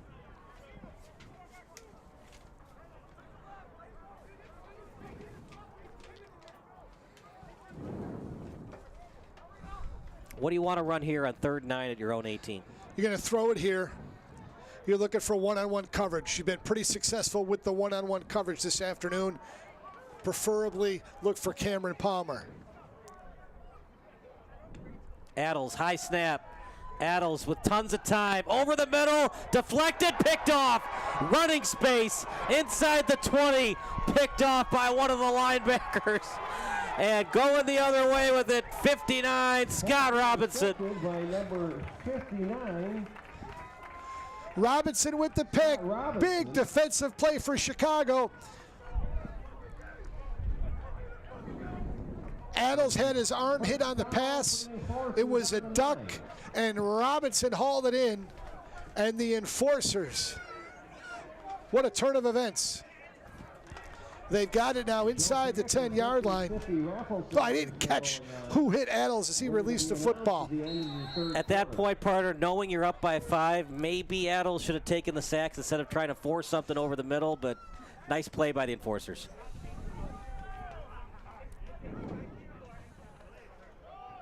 Pascazio up the middle to the 5. I would just hand it off to Moore until they prove they can stop him. Carried by number 2, Brian Pascazio. The other problem is, partner, let's say that Adles had taken the sack there. The punting game has been so suspect. Do you really trust it on 4th down? No, he just waited too long. He had his receiver, but just waited too long to chunk it. 2nd and goal at the 5. High snap, Pascazio up the middle. And he powers his way inside the 2. Good tackle in the trenches here. Boy, Pascazio had a head of steam going downhill. We just received a note up here in the box that someone could deliver 4. He's not afraid to hit that A-gap or B-gap, is he? You see, Wayne Harris. Boy, Harris has had a ball game. 8 tackles, an interception, and a touchdown-saving tackle there. Remember, he scored a touchdown, too. 3rd and goal at the 2. Moore back in the game. Moore. And he is stopped short. In fact, he lost yardage. They're probably going to place it at the 5. Boy, Briggins and Lutz in there again. Another name we've been calling all afternoon. George Lutz. Both those guys penetrate. And now it's 4th and goal from the 5. NYCD really stepping up when they have to on the defensive side. This 4th down brought to you by Fund the First. Check them out at fundthefirst.com today to launch your fundraiser. Yeah, you don't want to have to burn a timeout here if you don't have to. You've just got to run the play. It's a 1-possession game in the second half. Those timeouts, they'll come back to burn you if you start using them. It's no give me on 4th and goal at the 5. They keep Moore in the game. He's on the right of Tapling. High snap. Tapling rolls to his right. He's open. Picked off again. Another interception, this time by Palmer. And just a little bit late on the throw by Tapling, and Palmer read it all the way. Yeah, Cameron saw that coming, able to pick it off. That was the play call. Tapling was committed, had to throw it there, just couldn't get enough English on it to get it to the open receiver. Again, NYCD, what a stop defensively. It all goes back to that touchdown-saving tackle that was made on Pascasio. And, man, a drive that looks so encouraging, looks so promising for Chicago. They come up empty. Should Fennelly have considered the field goal there? And we'll talk about that after this on-air read. Visit ecad1.org to learn more about our Service Dogs program. But do you think that Fennelly should have kicked the field goal there? 4th and goal at the 5. That's asking a lot out of your offense. You know, for this game, no. I have no confidence in special teams. I think you're better off going for it. You know, in a college setting, an NFL setting, sure, you'd kick it. Not here. These guys want to go for it. It's about winning the game on a crucial play. That's now 3 picks for Tapling. This time a handoff over to the left, powering his way through. And there were a couple of enforcer tacklers around there. Like Robert Gay, the Philadelphia police officer, with that run. And again, I'm not knocking kickers. Let's just be realistic about it. There's not enough time to practice a kicking game, and you're not getting kickers, generally speaking. So you have to go for it. Those are your best odds to complete the play or get a score. The other problem is even if you'd gone for it, Boldest have proven they could score in a lot of different ways today. Another snap count this time. Staying disciplined are the enforcers. And they're starting to wear down the Chicago defensive line now. 3rd running back and a fullback that comes in. And they're starting to get 3 and 4 yards on 1st down here, Kyle.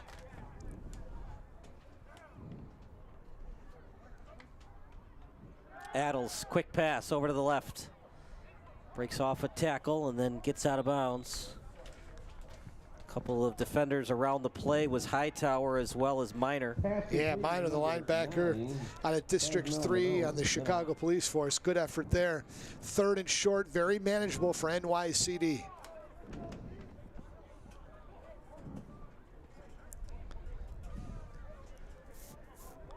Third and 2. 3rd down's been the money down for the Boldest today. They've been very effective on it. They have. And again, Adel, he can run it. He can stand in the pocket and throw it. They've shown a lot of looks and been successful. See what the enforcers do here. Are they going to blitz? They're going to rush 4. See what the linebackers do here. Look for Adels to run it here. Yeah, it looks like, yep, he's got Gay. Gay's going to block. There's a timeout. Timeout called. See if it's the enforcers or delay game. Boy, they were set for the run. Gay came in. He was going to block to that left side. They were going to run that left side, but could not get the play off. Now the whole sequence, the whole complexion on 3rd down really changes here. See if Adels can make another big money play. Adels, quick pass. Trying to break off a tackle near the 1st down, but it's going to be a couple of yards short. As it's still not blown dead, now it is. Decision time for the men in orange. You're up by 5, Mike.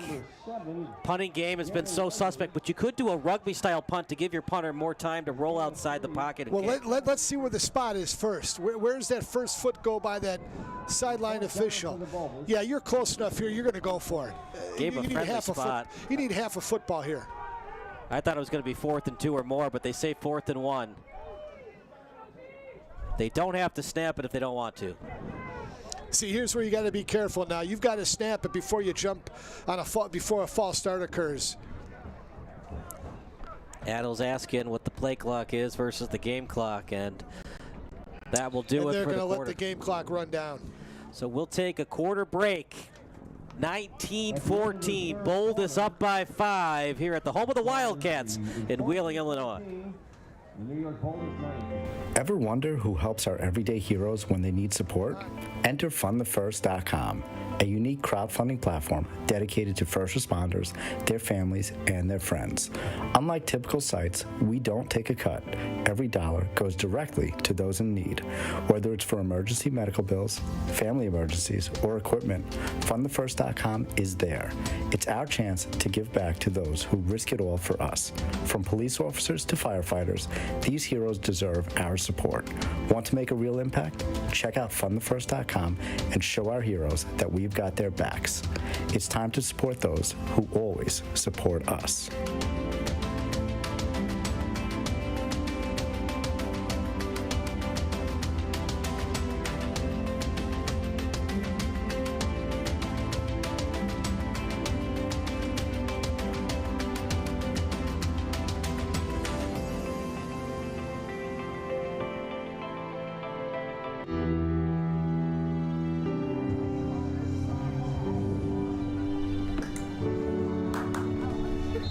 How's it going, everybody? By the way, make sure to visit takingvegas.com to start winning today. If you're serious about winning some money, stop what you're doing and head to takingvegas.com. Their free play record this year is 22-12, and right now they're offering 7 free days of their top play service for our NPSFL network audience. Winning is great, but Taking Vegas is legend. Wait for it, dairy. In the words of Barney Stinson. You know, right here, if you're NYCD, you know you're going for it. Get up to the line, quick snap, quarterback sneak, and you probably get the first down. Don't get too cute. It'll cost you 5 yards on a false start. 4th and short, partner. Maybe a tush push. We'll see. Only problem is you don't have a lot of practice time for those tush pushes. He's lined up for one. 4th and a football. It's going to be close. From the first way that he was going towards the first down, I don't think he got it. Did he get a second effort? Let's see where that far official's front foot goes. I think they're going to give it to him. No, 1st and 10 for the Enforcers. Referee says he was short. I would demand a measurement here. I would say so too. NYCD, you want a measurement. I don't think he got it, though. What a stop. What a surge by that defensive line up front. One of the co-captains for the men in orange in 43, Savion Adams, is asking, why did we not get it? I just don't think he had any kind of push up front to get past the 30-yard line. He didn't. Boy, the Enforcers got a great surge. I'm just surprised there's no measurement. And that's what NYCD coaches are asking for. I don't know. Even with the measurement, I think he still would have been short. But golden chance here for Chicago. High snap. Piscazio again. Piscazio goes off his offensive lineman, and he was able to break it to the outside. He's just so speedy and quick. Carried by number 2, Brian Piscazio. Look at this. Boy, look at the smarts, the instinct. Dances outside, able to turn the corner. Gain of 4. What do they say? If you've got vision, you can last in the National Football League a long time. That was vision all the way by Piscazio. Yes, it was. 2nd and 6. It just feels like the Enforcers have played a better game than the Boldest, but they just haven't been able to execute at the most opportune times of the game. Handoff. And not getting much as it was handed off to Brooks. 3rd and long coming up. Good pursuit. Harris on the pursuit for NYCD. A couple other guys dive in there. And they're able to corral more for a very short gain.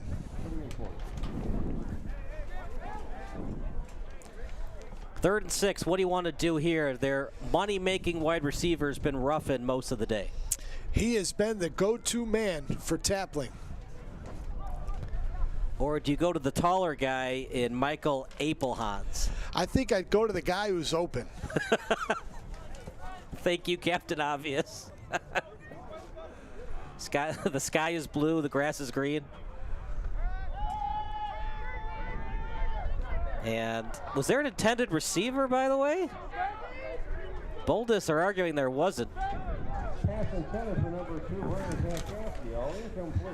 We're going to watch it on replay. If Zascasio was in the area of the pass, well, they just show the incompletion.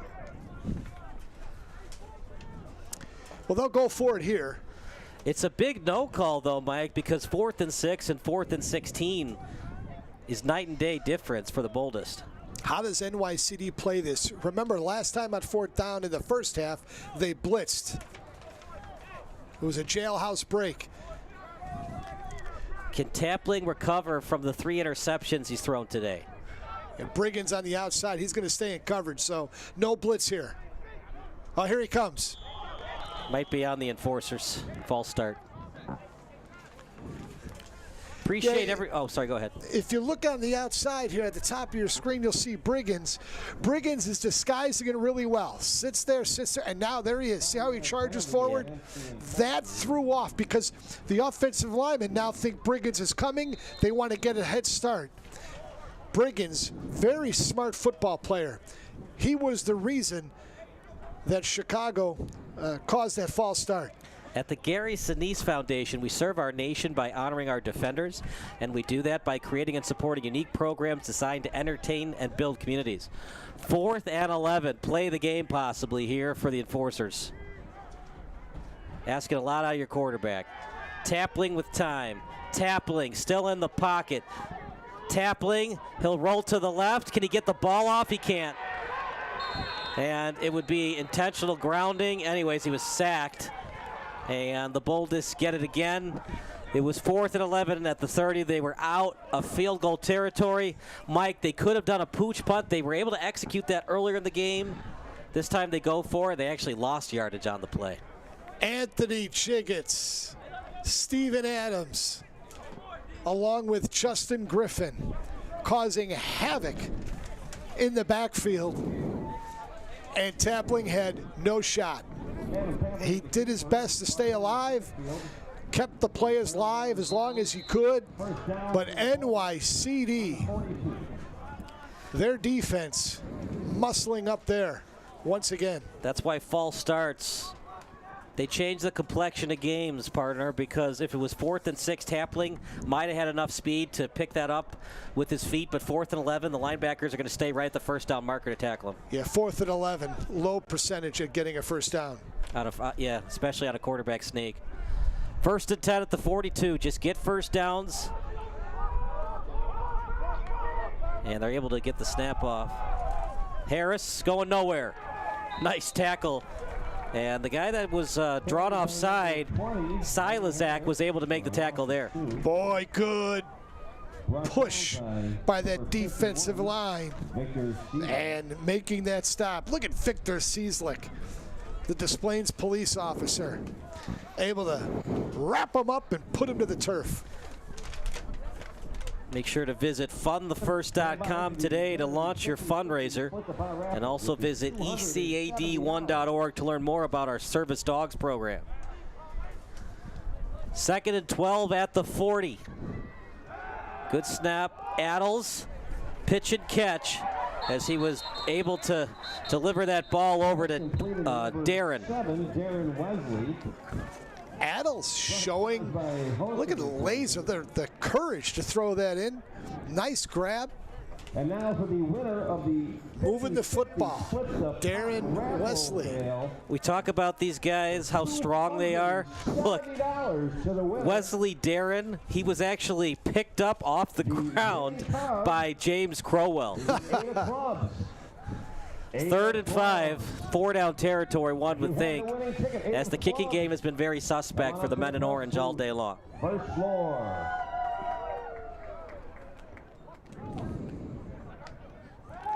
Not a great snap. Adels in the pocket. The pressure comes. He's going to have to take the sack. Back and forth we go all day long. Johnny on the spot. Right there. Jason and Guida. My number. Couple of guys in there. And Guida leading the charge, the defensive lineman, the Orland Park police officer. Right now, the Boldest are in punt formation. Ruffin is deep for the enforcers. Well, here's the opportunity for Chicago. NYCD's kicking game is inferior. I think they really need Andrew Fusco, the punter here, to get this punt off. And they're going to need a good snap here from Kavanaugh as well. They might do a rugby-style punt to give their punter more time.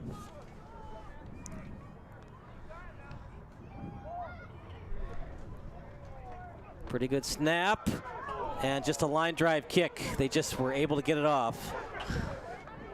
Oh my goodness, Ruffin almost touched that ball, and it was almost disastrous for the Enforcers. Oh, and they got the roll. Hey, do what you got to do. You know you don't have a kicking game, but it didn't burn you. I don't know what Ruffin was thinking. Look how close Ruffin was to the ball. Look at the roll. Again, we see this in every level of football. Get away from the football. Okay, and unfortunately there's an injury on the field. We'll let you know the injured player is coming out of the timeout. And he's able to get up quickly. We'll take a quick 15-second break. You're watching the Boldest against the Enforcers here on the National Public Safety League Network.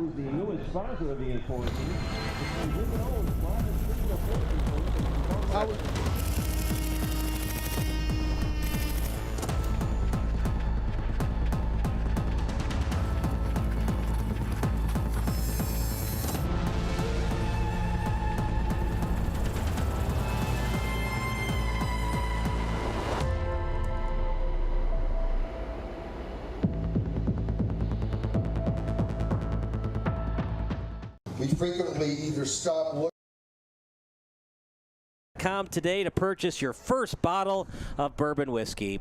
1st and 10 at the 44. Was that, did they call a penalty on the Enforcers? Yes, roughing the punter penalty, automatic first down for NYCD.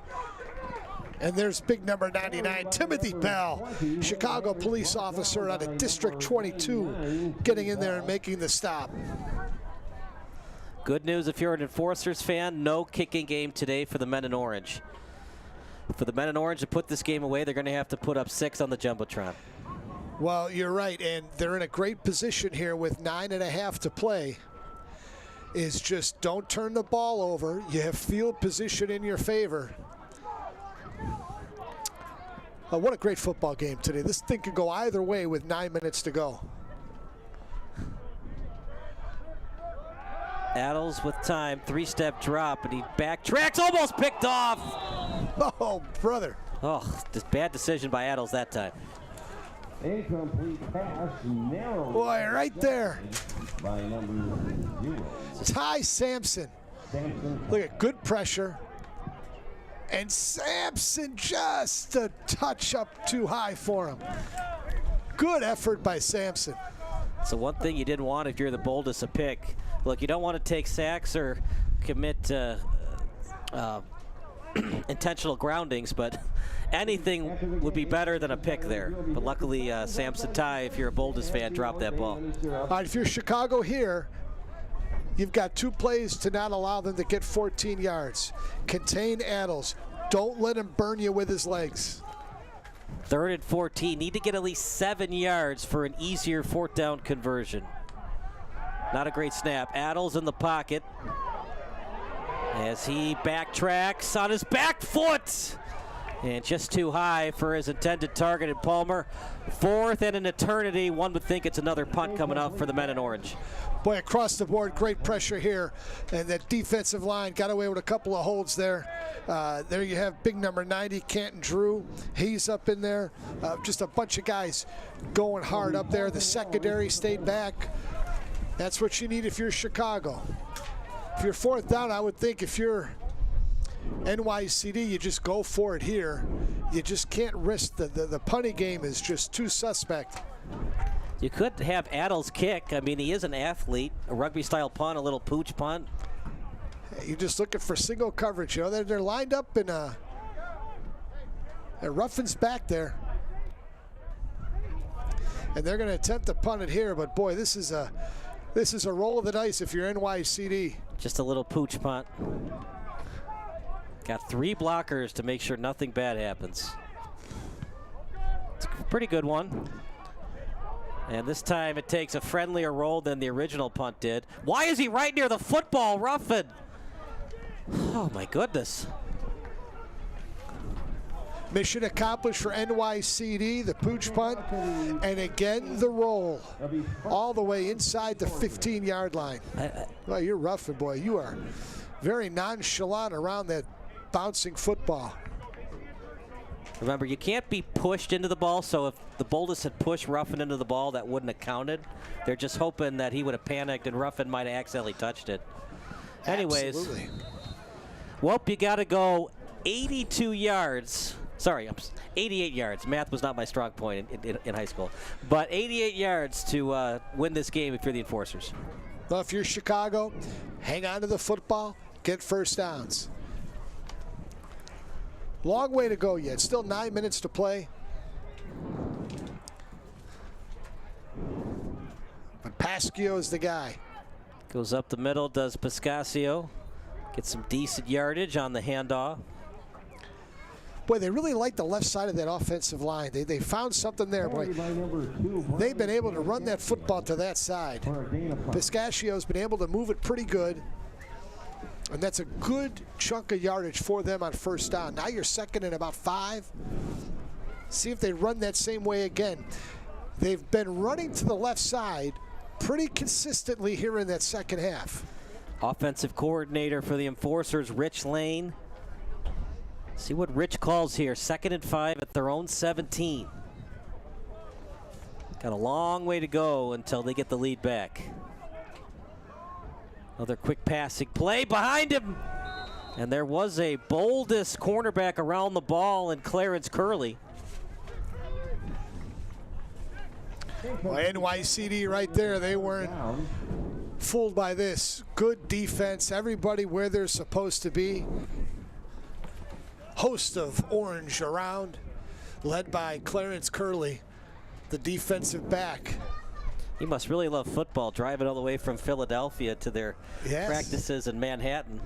Hey, look, you can't tell a guy like Curley, nothing phases him, man. He is a Department of Corrections officer. I mean, the stuff that he deals with on a daily basis on his shift, that's a man right there now. 3rd and 5 at the 17. Now, the punting game's a lot better for the Enforcers than the Boldest, but they're thinking about converting here. Tapling in the pocket, still in there, and almost picked off. A break for the Enforcers. It just hasn't been Tapling's day today, Mike. He's just a little bit off. And there's that guy again. If you see him right there, Wayne Harris sat back, jumped the route, nearly intercepted it, broke it up. This stuff happens, though, man. Here's a stat for you.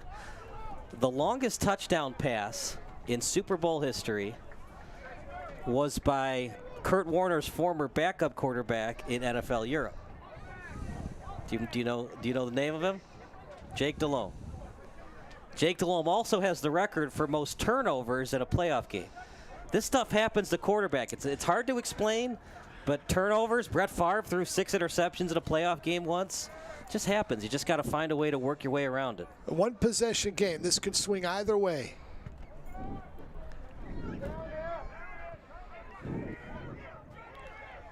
And now the Boldest around the ball. This time they get away from it, unlike Ruffin. And also a big thank you to one of our sponsors, the Gary Sinise Foundation.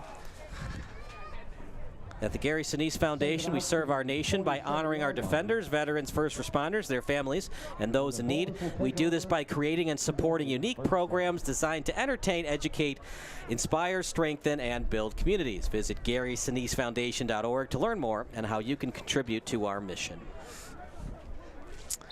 Well, now if you're NYCD, it's a steady diet of Lamont Adels out of Starrett City. He can run it. He can look to throw for it. One of his go-to guys this afternoon, Cameron Palmer, wearing number 1. Adels, handoff, breaks off a tackle, and still with it is Harris. Harris inside the 35, and man, that one hurts if you're an Enforcer fan. Carried by number 20, Wayne Harris. Wayne Harris got that little block, bump to the outside, and now he's headed downhill. And that's a good thing if you're a running back. Only good news if you're the Enforcers. There's no way, at least one would think, that the Boldest would try to kick a field goal to try to put this away. They got to get 6 to put away the Enforcers. 1st and 10 at the 34. Good snap. And not going anywhere on that handoff. Boy, big stick up front by those defensive linemen. Boy, getting their nose in there. Leading the charge. There you see the big stick. Yeah. That was Jason Nguida. Boy, we talked about him, the Orland Park Police officer. He's had a couple of big sticks, 6 tackles on the afternoon. So 2nd and 12. They actually lost a couple yards. Ball placed at the 36.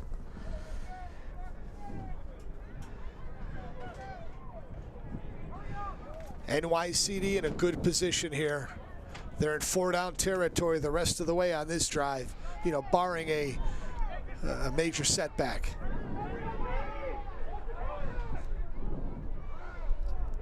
Adels tells his running back to switch sides, and coaching staff for New York City Department of Corrections didn't like what they saw. They'd take a timeout. We'll take a timeout as well. You're watching the Boldest against the Enforcers here on the NPSFL network. I'm actor Eric Winter. Now, playing a cop on TV and tracking bad guys is fun in games, but now I understand the challenges facing real first responders. That's why I'm asking you to support the Tunnel to Towers Foundation.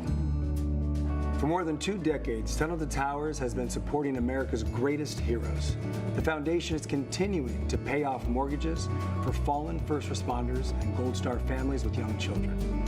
They're also building mortgage-free smart homes for catastrophically injured veterans. Now T2T is committing itself to eradicating veteran homelessness. Please donate $11 a month to support these efforts by going to t2t.org or calling 1. The right high snap, and Adels will just have to take it himself. Adels, he's brought down. What a tackle that was. That's that man you've been talking about all day long, Mike, and a huge sack by Canton Drew. There he is, Canton Drew. He has made a living inside that backfield. Big play for Chicago. I mean, look, Lamonte Adels is not a small quarterback. That took everything from Canton Drew, all those hours in the weight room, and it showed on that play. Chicago firefighter with CFD is Canton Drew. That's his here on the afternoon. Boy, he is taking up residence in the NYCD backfield this afternoon. 3rd and 23. One would think you got to get at least 15 yards to give Adels a chance on 4th down. And false start against the men in orange. Well, now the field's starting to tilt the other way. A costly penalty here. You see here, no doubt about it. See which one. It was the right tackle for the men in orange. That's Christopher Hirsch. Well, here's what you do here now if you're NYCD. You run the football, live to fight another down. You've got the lead. Run it, chew another minute and a half off the clock, and punt the ball away. Enforcers with all 3 timeouts. That's what you do. If Adels can get free and run, sure, go for it. Don't need to be a hero here. You're holding the cards if you're NYCD. Force Chicago to come downfield. First things first, stay in bounds, avoid an incompletion. They're going to throw it downfield. Almost a catch. Almost tried a one-hand catch that. I don't understand that, though, Mike, because it stops the clock. Well, that's guts. They went for it. Adels with time. Palmer, boy, it was right there. Again, that sun probably played a bit of a factor. Good coverage. It would have taken a better play for Cameron to make it. I mean, that's now you got to hold your breath here if you're NYCD because you got to punt it away. Well, I'd do a Chicago may do a jailhouse break here. I'd bring there's no point in keeping Ruffin back. I'd bring him up, flood the zone to try to block this punt. See if they get rattled by the all-out jailhouse break.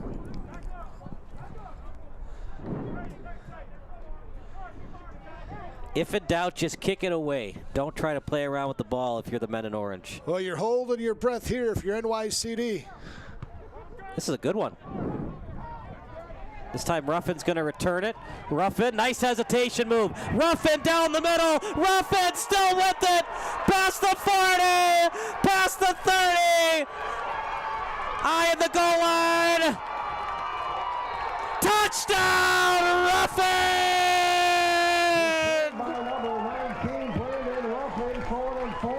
Look at this, Mike. Still in bounds, still in bounds. Brandon Ruffin, 72 yards on the return. Oh, the one thing NYCD didn't need to do was punt it right to him. Ruffin was in good position, made the play, and special teams just the Achilles heel for NYCD here this afternoon. That was an excellent play, though. He went from one side of the field, then up the middle, and then over to the sideline. What a play that was by Brandon Ruffin. No doubt about it, boy. Ruffin takes it 72 yards. He is the man of the hour right now. Do you go for 2 or do you kick the PAT? Oh, you go for 2 here to go up 3. Even though the Boldest don't really have much of a kicking game? It's still the right thing to do. Now, just be careful. You know, you turn it over, they can return it and get the 2. High snap. Tapling. Diving attempt. Dropped it. So technically the Boldest can win it with a field goal, but I think they're thinking 6. Good play design, good defense. Atling put it right there. One of these plays where everything's got to execute perfectly. Good effort. Just outside the outstretched it was Yancey. Fingertips of Trent Yancey. Both those guys, you know, Yancey and Tapling, both Chicago firefighters. Take a quick break. More football action coming up next here on the NPSFL Network. New York Firefighters Heart and Lung Institute is a medical center for firefighters, designed by firefighters. As a leading provider of advanced medical screenings, we take pride in offering the best healthcare experience for firefighters and first responders. Since 2002, the New York Firefighters...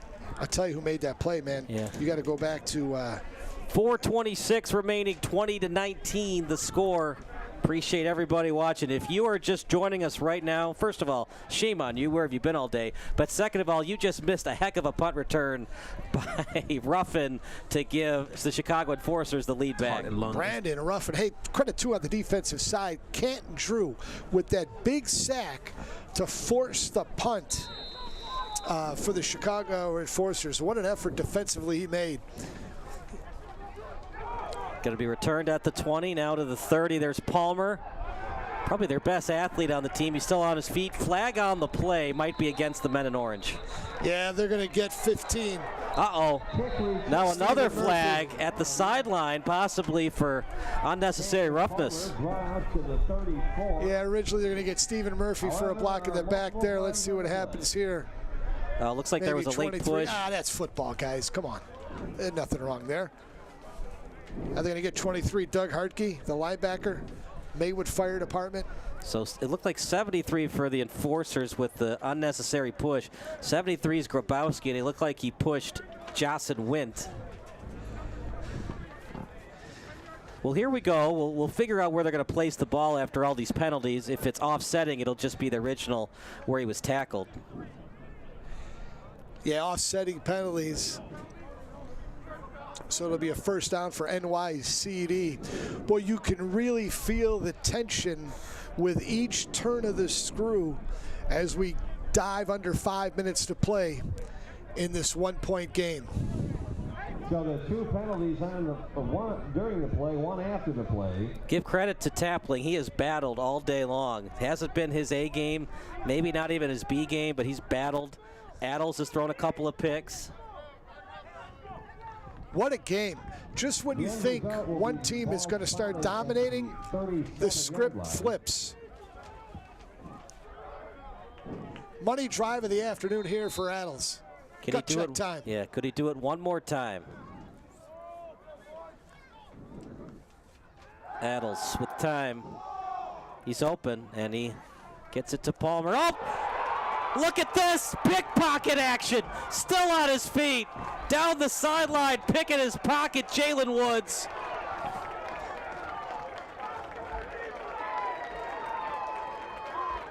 Jalen Woods, after the nice catch, just stripped him. Was he down? Was he down? I don't think that they ended forward progress on the play. You saw Palmer was kind of eyeing and pushing the ball forward to get more yardage. And Jalen Woods took advantage of it and picked his pocket. Woods with the play of the afternoon, the money play. So here we go. Things have gotten so interesting now. The Enforcers have the ball inside the Boldest territory. A couple of first downs. Probably wouldn't ice it, but it would make things very difficult for the Boldest. Shocking turn of events. Pascazio up the middle. He's still on his feet. He's not a power back partner, but he's able to churn those legs so beautifully. Legs churning, 8 yards on first down, sets up second and short. And now the problem for NYCD is multiple. They're down on the scoreboard, and that clock is now an issue for them. Right, because remember, they called that timeout earlier. They only have 2 instead of 3. And on a second and short here,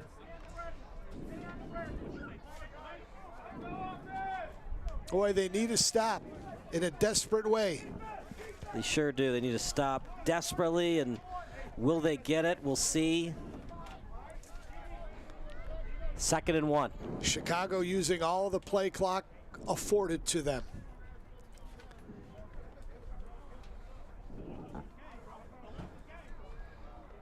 Handoff, Pascazio right up the middle. He's still on his feet, then brought down near the 10-yard line. By number 2, Brian Pascazio. If they score a touchdown. Pascazio with a nice run right up the middle, needed 2, got plenty more. Big first down for Chicago. And now you're at the moment of truth for NYCD. 2 timeouts, clock running, 2:44. A must-stop sequence here. They are behind the 8 ball. So this is the Boldest first game of the year, but they did play 2 exhibition games this season, including one of those in Wexford, Ireland. Right now, 1st and 10 at the 12. Pascazio up the middle, eyeing the end zone. He dives, waiting for the signal. They mark him short. At least we think so. Remember, we thought the Boldest were short earlier in the game. NYCD now should think about calling timeout here. You know, Mike, you don't necessarily have to. You could just let them score. And if you're the Enforcers, if you score a touchdown, you could go for 2 to try to win by 9 points so that it makes it a 2-possession lead. Well, the reason you want to take the timeout, which they just did, is yes, let them score, but you need time on the clock. And at the 2-minute warning, so timeout taken with 2 minutes to play. And that's when NYCD is likely talking about, with the ball resting inside the 1-yard line, the math is there for you if you let them score. If you try to stop them, you're going to lose a lot more time, because with only 1 timeout remaining, and it being, well, they've got it spotted as first down, but it's 2nd down. Did he pick up a first down on that? Right now we got. He did. It's 1st and goal. So is that the case? So they spotted him short of the end zone, but are they giving him the first down? Well, that changes everything now. It's 1st down and goal. You must let him get in the end zone now so you can get the ball back and still keep it 1 possession. Now, what do you do if you're Chicago? You take a knee and chew that clock.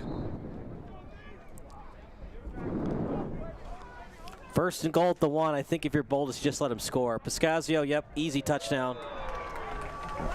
And what do you want to do here if you're the enforcers? Do you go for 2 to put this one away? You're going to go for 1? Enforcer touchdown. It's the safe thing to do. I would kick the extra point. I just bring it up because special teams has not been easy today. They're up 7. If you go for 2, you're up 2 possessions with 1:56. I like the extra point because let them score and have to go for 2. Yeah, I totally understand. And I think Chicago's going to call a timeout and talk about it. Yeah, I completely understand. Because here's the thing, two-parter. If you're the enforcers, if you're Brian Fennelly, you do not want Lamont Adles to have any kind of chance to tie this game and send it to overtime. He has beat you time after time after time today. And with as poor of a kicking game as NYCD has displayed today, if you go for 2 and don't get it, and they score a touchdown, now they're left with either kicking to tie or going for the win. That's what scares me.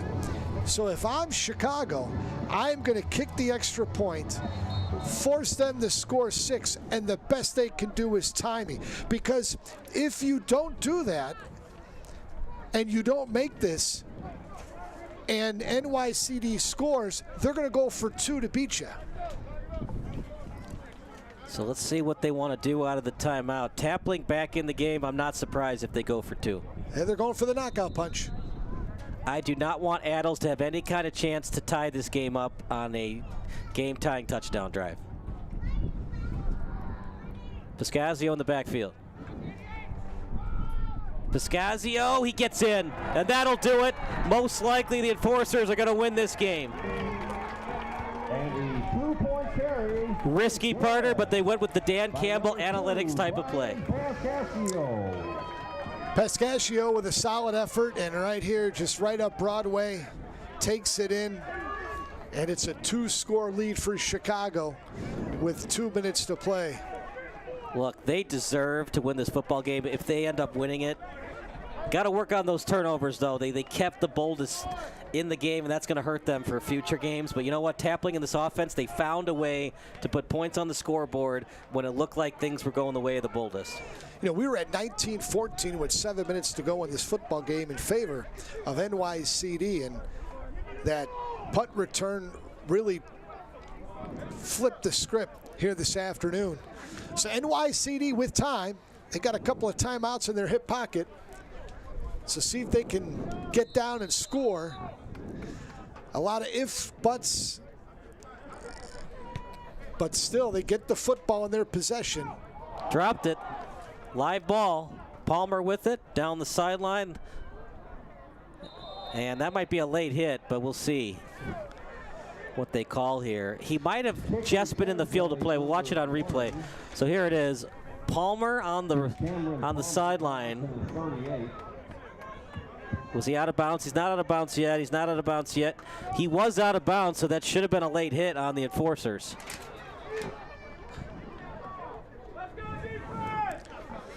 So really the big plays of this game.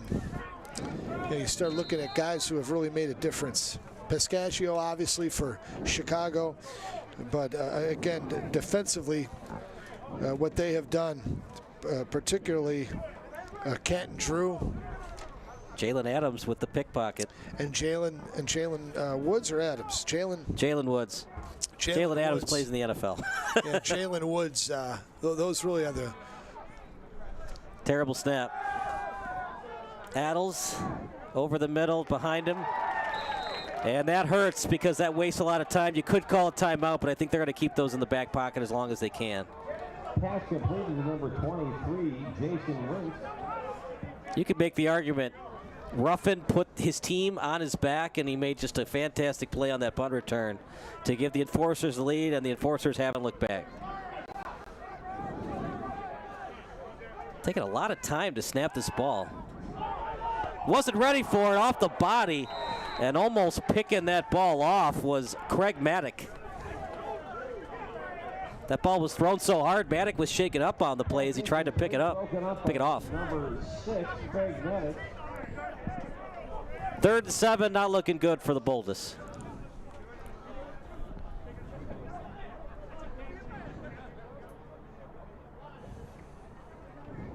It is their first game of the year too, Mike, so that's something that for the fans watching, I think it will get better for them as they play more games in the season. We've seen the best of the Boldest and some things that they really got to work on in practice. Oh, a bunch of guys, Adels, Palmer, just rock stars for this Boldest squad. Outside the pocket is Adels, and he needs to get out of bounds. Heads up play by Adels. He didn't rush it. He found a way to get as many yards as possible before he finally got out of bounds. You know, Wayne Harris, another player for NY. Quarterback keeper by number 5. And we do want to stress that these are first responders playing football, and the grind these players endure in addition to the regular work schedule and their family lives. There is no city or agency fund, by the way, and these teams are only able to compete from the support of those participating in fundraising efforts. Harris has had a nice game, as I was saying, for NYCD as well. Special teams, the storyline in this one. And it has hurt NYCD.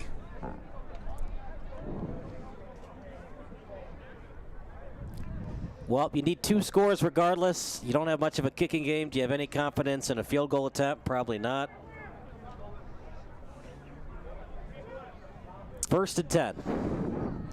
Ball at the 32. You got to score a touchdown in preferably less than 30 seconds to have any kind of chance. Now, first things first, NYCD just trying to get it in the end zone here, and quickly. Showing blitz. Blitz was Silazik. Adels rolls outside the pocket, sack, and the exclamation point on an impressive effort on defense by the enforcers. There it is again, off that edge. By number 9. Another sack, 6th one of the afternoon for the Chicago defense. Yep. And Michael Applehans. Actually, no, it was 9, Carlin Ento. I beg your pardon, Carlin Ento, my bad. The defensive end, Chicago police officer out of District 8 with the sack. Oh, you look at him, you take a look at what a host of guys have done on the defensive side of the ball. I mean, Canton Drew, a couple of big sacks. Jason Nguida, the defensive lineman, the Orland Park police officer with a couple of big plays. And for NYCD, really love Travis Briggins, what he brings to the table for this program. Cameron Palmer, just another athlete, a wide receiver, quarterback. He's a Department of Corrections officer for NYCD. Wayne Harris has had a nice game. Well, you look at that defensive front, those linebackers. NYCD certainly deserved a better fate than what they're staring at now. Special teams, special teams, special teams. They got to find a way to fix that and practice as best they can. Adels, deep pass, underthrown. Only good thing about that is it stops the clock. Boy, wide open. Adels had time and just didn't have enough on it. 3rd and 23 for the Boldest. Just asking a lot out of your quarterback on 2nd and 23. Now 3rd and 23. Adels just ran out of magic. And man, the enforcers brought that magic today. That punt return by Ruffin, that was all on him. Timeout called last, now they're going to call it on the enforcers. So we'll take a quick timeout. You're watching the enforcers and the Boldest here on the NPSFL network. So how many saw Forrest Gump? Well, I'm Gary Sinise. I played Lieutenant Dan. Hello, I'm Gary Sinise, and while you may recognize me from movies or television, my life's mission has been to honor and support our nation's veterans, servicemen and women, first responders, our most severely wounded heroes, the families of our fallen, and those suffering from the invisible wounds of war. I appreciate everything that you do for our troops. Thank you for what you do for these veterans. What you do for the soldiers, God bless you. I lost my dad. I know. And we want to show you that we don't forget your dad. It's meaningful. Yeah. Because I didn't expect any of this, you know. I was just happy to be alive. So when everyone showed their love and support, it's overwhelming. Please join me to help us help our defenders who keep us safe and our communities strong. Donate today at GarySineseFoundation.org. 3rd and 23. 3 wide receivers to the right. Adles in the pocket. Adles, here comes the pressure. Adles sacked again. 7 sacks. The offensive line was good for the Boldest, but not great in the Enforcers. The second half, it's been all that defensive line. Well, when the defense knows you have to throw it, this is usually the end result. Adles with no time. Linebackers can pin their ears back. And that's what you have. Timeout now, NYCD, they're last. Yeah, we'll stick with the action. By the way, if anyone is interested in contributing to a specific team, the league as a whole, or advertising with the NPSFL, please send a direct message on Instagram or email npsfl.network@gmail.com. And for week 5, it'll be the Tri-State Shields. They're 1-0 on the season.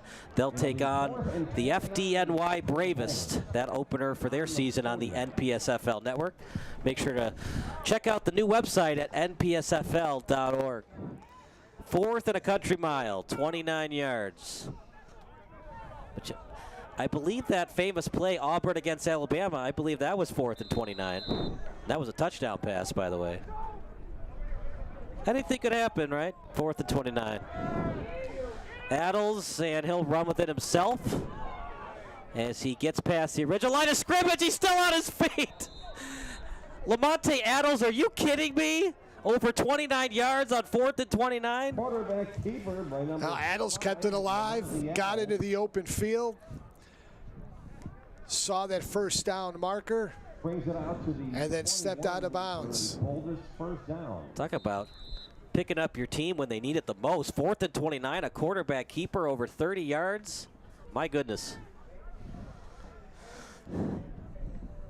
You got 20 seconds to score a touchdown to give your team a chance on an onside kick. Or if you get inside the 10, I guess you could do the field goal.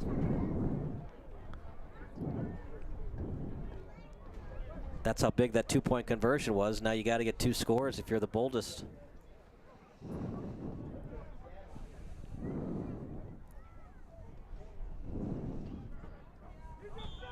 And it might be a false start against the men in orange.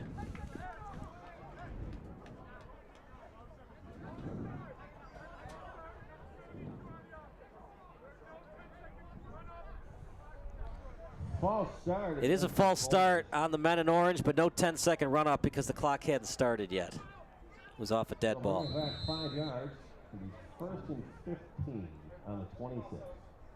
Don't go anywhere. The post-game show, brought to you by Sports Broadcast Solutions, coming up next. And unless something absolutely crazy happens, it'll be a player from the Chicago PD Enforcers.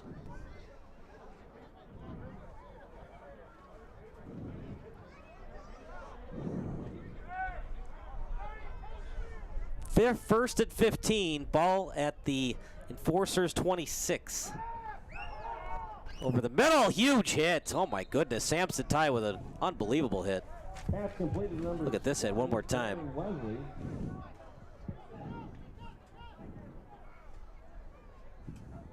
Nice's receiver. And then Samson Ty just absolutely destroyed his intended target.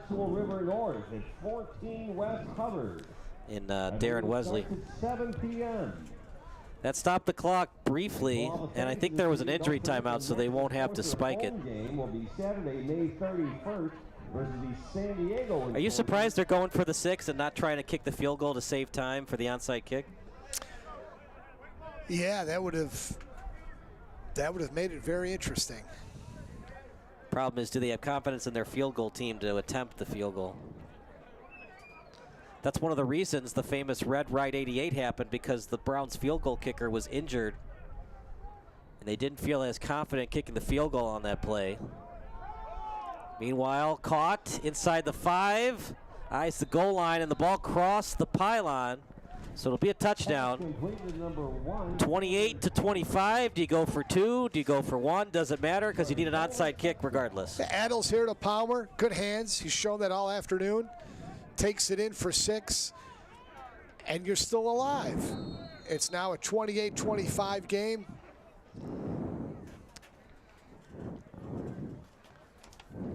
.13 seconds to go. And it'll be after this 2-point attempt. Then they'll try the onside kick. So, you know, at this point, you're just living to fight another play. And then Addles' big run on 4th down and 29 set up the touchdown pass to Palmer. And now they'll just line up and go for 2 here. Wouldn't that be something that this final score was a 2-point final just like last year? But they are going to go for 2 instead of the 1. Addles, pressure comes. He rolls over to his right. Addles on his back foot, heaves up a prayer, and that's deflected away. Excellent job on the deflection by Jack Hightower. We'll get the onside kick. Yeah, jump ball here. Addles out of time. Just throw it up. Hope your guy comes down with it. And it's broken up nicely. Yep, Hightower. And that was Randall Maxey, the Chicago firefighter. So we'll have an onside kick. And so here it comes, onside kick. If NYCD can get it, you have a chance for a Hail Mary. If the Boldest get it, they have at least 1 play, if not 2. If the Enforcers get it, we'll see victory formation. So they'll bring all the good hands people up front. If you're Chicago. We saw a lot of points for a game where both teams committed 3 turnovers each. A lot of points were scored today. It was a far cry from last year's 8-6 final. And special teams playing a big role in this one today. Of course, the 72-yard punt return by Ruffin that just flipped the script. But now a chance here. You're looking, if you're the kicker here, Andrew Fusco, you're looking to get that hop. As you kick it, you're hoping that that second bounce heads toward the sky to make it a jump ball. And if you're the Enforcers, you don't have to wait for it to go 10 yards. Just get that ball whenever you can. A lot of nerves here. One of the most fun plays, the most interesting plays in football. The onside kick, you have no idea what's going to happen. Not a good one. It's got to go 10 yards. It won't. And the Enforcers are going to win this one. And they declared onside kick. Well deserved. They just played a little bit better of a football game today, but the best football player on the day arguably was Lamonte Addles. Yes, it was. And what an effort by him. Rushed the ball well. Threw for well over 100 yards. That'll be a loss of 1. He almost threw for 100 yards on 1 play. Yep. Down at the 37-yard line. Great football game. I mean, this game started out, Chicago came out smoking. NYCD battled back. And the Boldest had a comfortable command of the football game until about the 7-minute mark of the 4th quarter when special teams stepped in and took over. Really a good football game by 2 quality teams, 2 quality first responders departments. So it'll be victory formation, and this will be the last play of the game. As Tapling takes a knee, well deserved. Wasn't Tapling's A game, wasn't his B game, but he found a way to lead his offense down the field to score enough points. Couple things, Mike. Number 1, your final thoughts on today's game. And number 2, who's the SBS player of the game? Yes, you know, special teams was the story of this game. Ruffin made the big play. And with the theme being such a special teams game, you got to go, you have to give it to Ruffin. And I'm a defensive guy. I thought the defense really set the table for the Ruffin play. But, boy, when they needed it most, because they were stymied offensively, Ruffin with the punt return for 72 yards that flipped the scoreboard, and Chicago never looked back. He had a couple of touchdown receptions as well as that punt return. So that's our SBS player of the game. So we'll be down at field level with Brandon Ruffin. But a big thank you to everybody who paid for this broadcast, who worked for this broadcast. For Big Shoulders Production Network, for Mike Frazier, I'm Kyle Smith. That does it for our in-game broadcast. Post-game show brought to you by SBS. Coming up next here on the NPSFL Network.